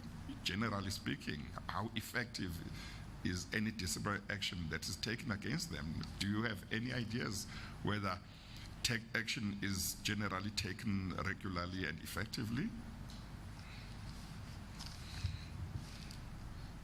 Do you know anything? All I know is from time to time one reads in the newspapers that within government, within the public service, at any given time, there are many employees and officials who have been on suspension, on full pay, for a long time. Thank you, Chairperson. Thank you very much. I think you are correct. That is why, although not in the similar context as you've just explained, the whole bid committee system is premised on cross-functionality. So in other words, you bring in all skills in that committee to be part of that process. It's premised on that process. You have technical people, you've got specific professions, and all of these people must sit in a cross-functional team so that there is joint decision making. But our approach obviously has always been draw from internally, even if it means draw internally as in government. But we've always, I think, maintained that position that insofar as external people are concerned, we were a little bit very cautious. But it's something to look at and explore and make sure that if we do go that route, assumably, then that's something that we can look at in the new legislative review that we are busy with. And then let's go back to the tender board. What was wrong with how the tender board was working? The boards, firstly, maybe even before coming to what was wrong with the board, we had two conflicting pieces of legislation at the time. One being the PFMA, and then the state tender board. So now the PFMA surely was consistent with the Constitution, and the State Tender Board Act was inconsistent. Earlier on, I highlighted the fact that in the State Tender Board, you would restrict a person indefinitely from doing business with government. So these were some of the processes that even if you would try and amend that particular act, you would find difficulty in looking at this whole act and making it consistent with the Constitution. That's one thing. So the board itself, therefore, operated within a legislation that was inconsistent with the Constitution. That's the first thing. The second thing was the slowness within which services were delivered. Because as far as Uppington, Alexandra Bay in the Northern Cape, as far as Musina in Limpopo, Cape Town and so on, these decisions were taken centrally at the Treasury. And the pace was quite slow because all these submissions had to be brought to the State Tender Board, and the board would sit and adjudicate, at times approve, at times not approve. So when they don't approve, then it means the service delivery was affected at the time. So that was one of the considerations to say perhaps the system is a little bit outdated, and we needed a new framework that would make sure that accounting officers and authorities take decisions faster and for faster service delivery. That was the decision. Hence, the board then itself was disbanded in 2008. But of course, we phased the board out gradually, right from 2003, when we introduced this new framework, the supply chain management. Then we're phasing the board. But of course, contracts that were concluded against the State Tender Board were allowed to run their course. But as they expire, most of the tenders that we had centrally within Treasury, we decentralized. Took these tenders because they either ad hoc, in the sense that they are department specific, or in the sense that they were once off. And those that were transversal in nature and strategic to contributing to the economy, we retained, and that is what we are currently facilitating within the National Treasury. But even that system of the transversal bid adjudication is based on, is constituted by officials from various departments that come in and sit and look at this thing. It's not Treasury itself. Treasury's role is simply to facilitate, but these members are, of course, part of that process and delegated by their accounting officers and authorities in terms of Section 44 and 56, respectively, of the PFMA. Then they come and then they take those decisions on behalf of their respective departments. And then the management thereof, of these contracts, then results with accounting officers. All we do, we look at the administrative part thereof within Treasury. When is the contract expiring? What is the interval for price adjustments? What are the performance of the suppliers? And we take action where there is this lack of performance, and where there are allegations of fraud and corruption. We also make sure that we take decisions against such infractions.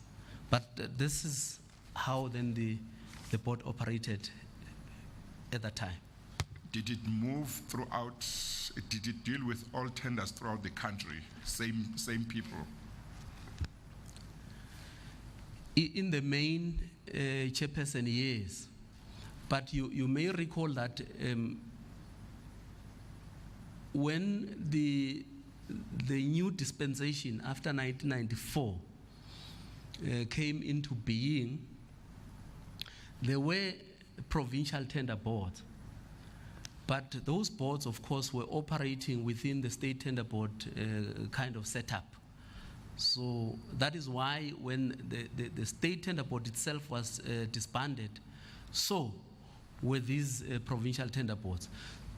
But in the main, the state tender board was responsible for the entire procurement in the country.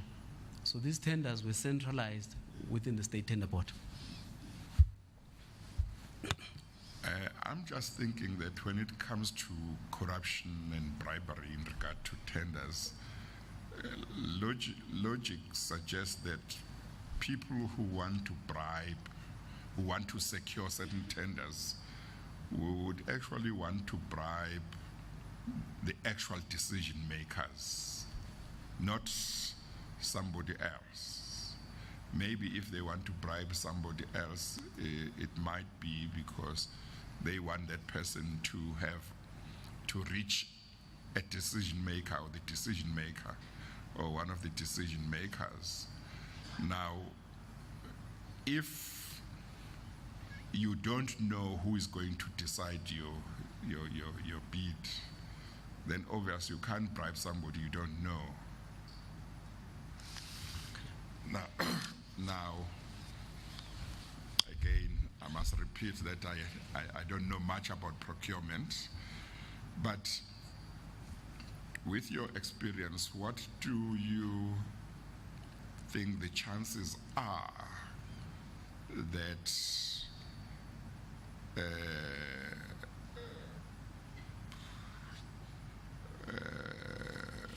corruption might be reduced significantly or to some extent if the identity of the person or persons who will adjudicate a tender is kept secret until almost the last minute? To what extent do you think that could help reduce corruption? In terms of mechanism, how you achieve that, we can talk about that, but just in principle.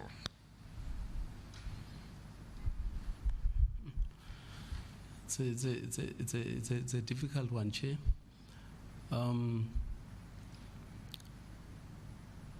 The position always has been that, because this is that's what we would have loved to believe, that if you constitute a committee cross-functionally, it's very difficult to go and bribe all these people. It's quite difficult. But of course, if you know them, you might know that a particular one is very influential in the committee. If you get him or her, you might be halfway there. Yeah. No, I think it's important. I would agree with you that if you keep even the composition of those committees secret. Yes, that's what I'm talking about, yes. Yeah, the composition confidential, and until the last day of the adjudication, it definitely would help to some degree to reduce the level of corruption. As I say, how it would be done might be something else, how to achieve that. But let me put this to you and see what you might wish to say.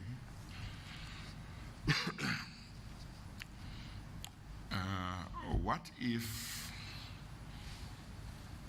in a national government department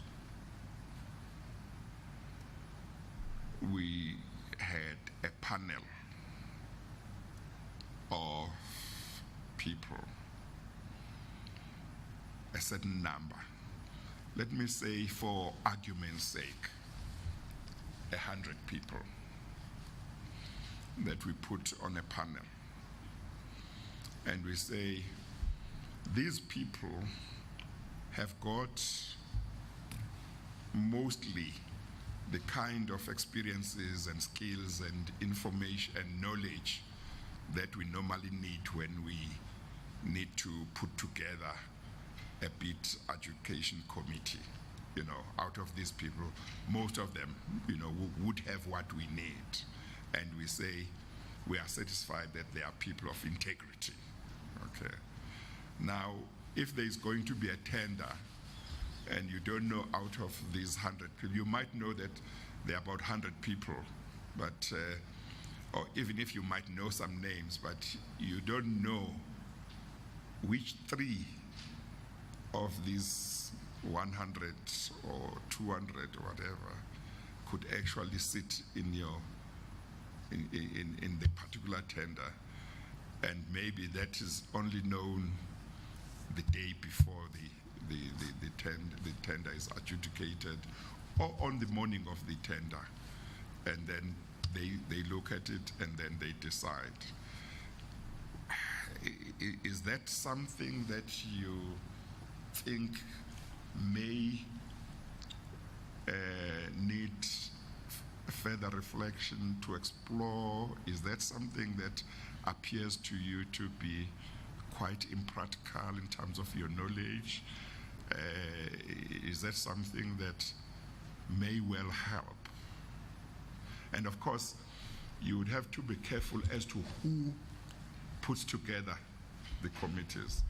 And there, you might say it's the accounting officer, but since the accounting officer is known outside, even to the people who are bidding, you might say, no, it should not be him or her. You might say, well, I will take, for argument's sake, a retired judge and say, we will tell you 2 days before the day when an adjudication committee must meet and decide a certain tender. Your job will just be to choose out of this panel any 3, and those must then go.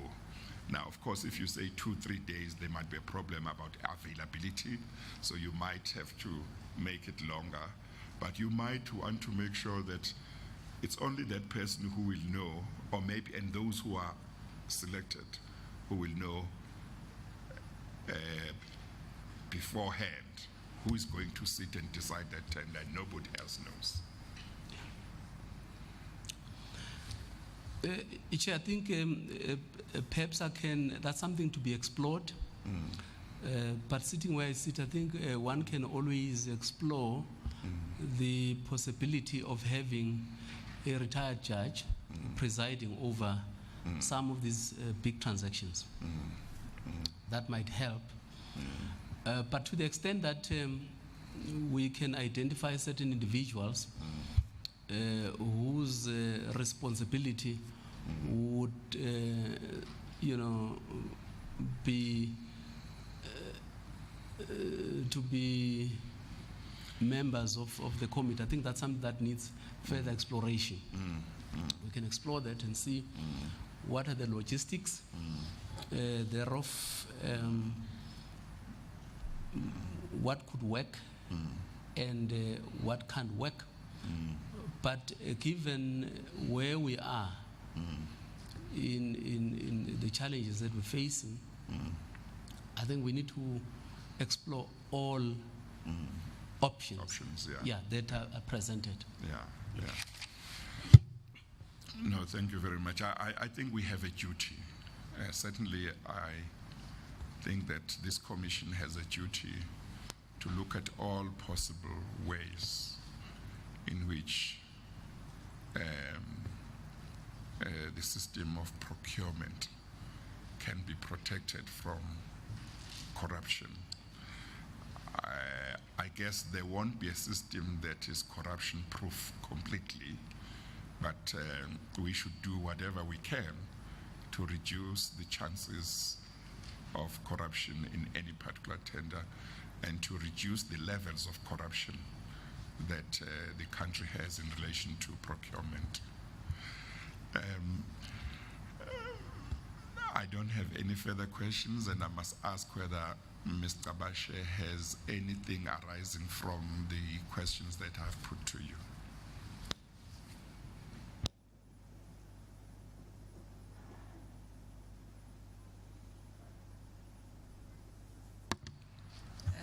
Thank you, Chairman. I think just 3 questions, really. The first relates to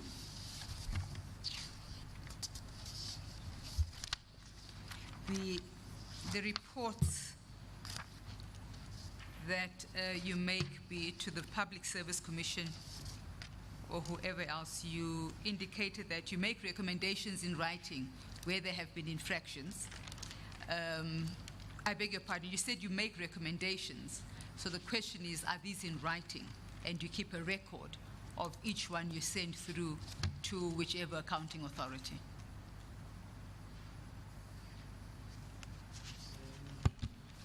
It is correct, Chair. Some of these are in writing. And you keep a record, so we would be able to get a schedule of those reports? Yes, of the recommendations, Chair, thanks. That's correct. Then the second issue, is again a very brief one. What is the lifespan of a bid adjudication committee of each department?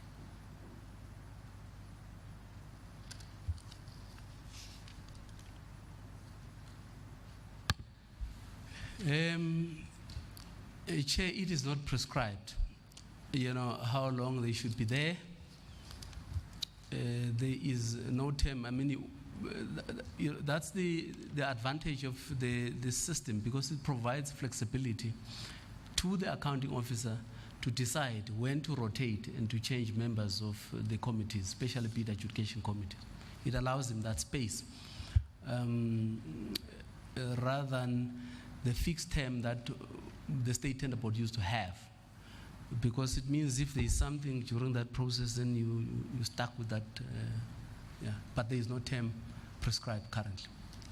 Well, but also what it means, I'm sorry, Mr. Bashe, what it means is that if a corrupt accounting officer wants to keep a wrong bid adjudication committee, he or she can keep them for a very long time. Yeah, it's true. Thank you, Chairman. And then my last question really relates again to the 3 committees you've referred to. The one was the bid specification committee, you've referred to the bid evaluation committee, and you've referred to the bid adjudication committee. Now, the chairman asked you about the vulnerabilities inherent in these committees and whether a more open system, such as a court system where the public are involved, or where there's less secrecy, I beg your pardon, where there is secrecy so that you only know at the very last minute who comprises that committee, whether that would be of assistance. That was really the tenor of the question. Would that proposition work for each one of these committees? It's one thing if there's only the final decision maker, the bid adjudication committee. That might work well.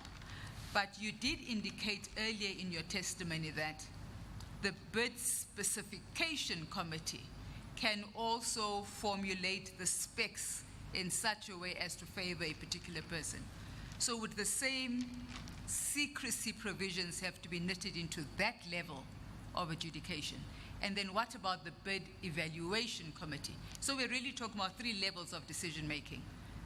Is this a practical way of trying to limit the opportunity for bribery, corruption, malfeasance?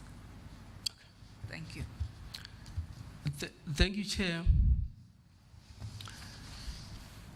Practically, it won't work for a bid specification committee, even for the bid evaluation committee, for the following reason.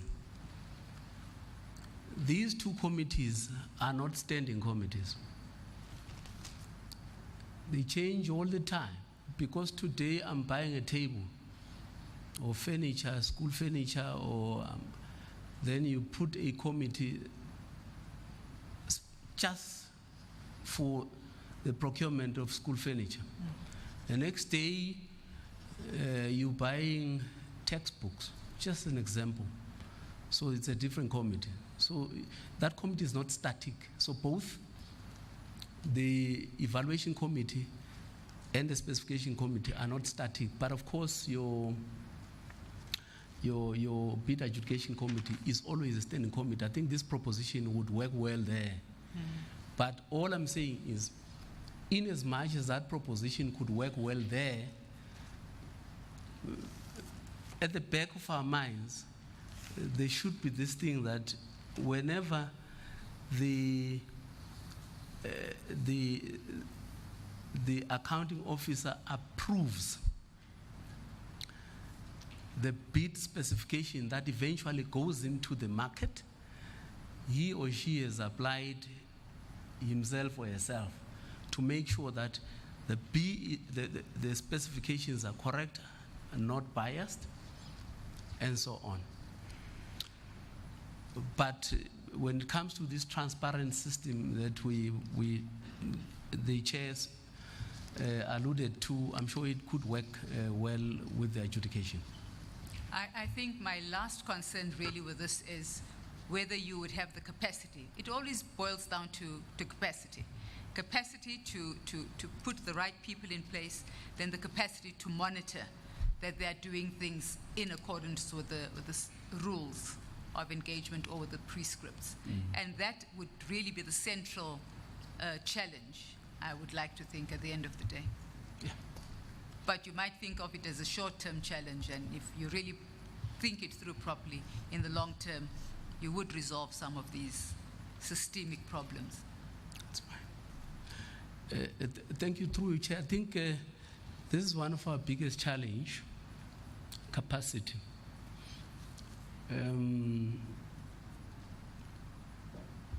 That is why if you look at our system at the National Treasury, when we take interns, take these graduates right from university, and we put them through a system, and then they then get promoted through the processes.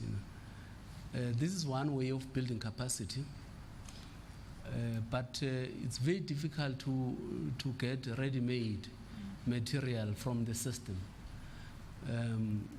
that's a challenge that we have because we are a very small community, and yet our responsibility cuts across various institutions. So there is a capacity problem, both in terms of warm bodies, a skill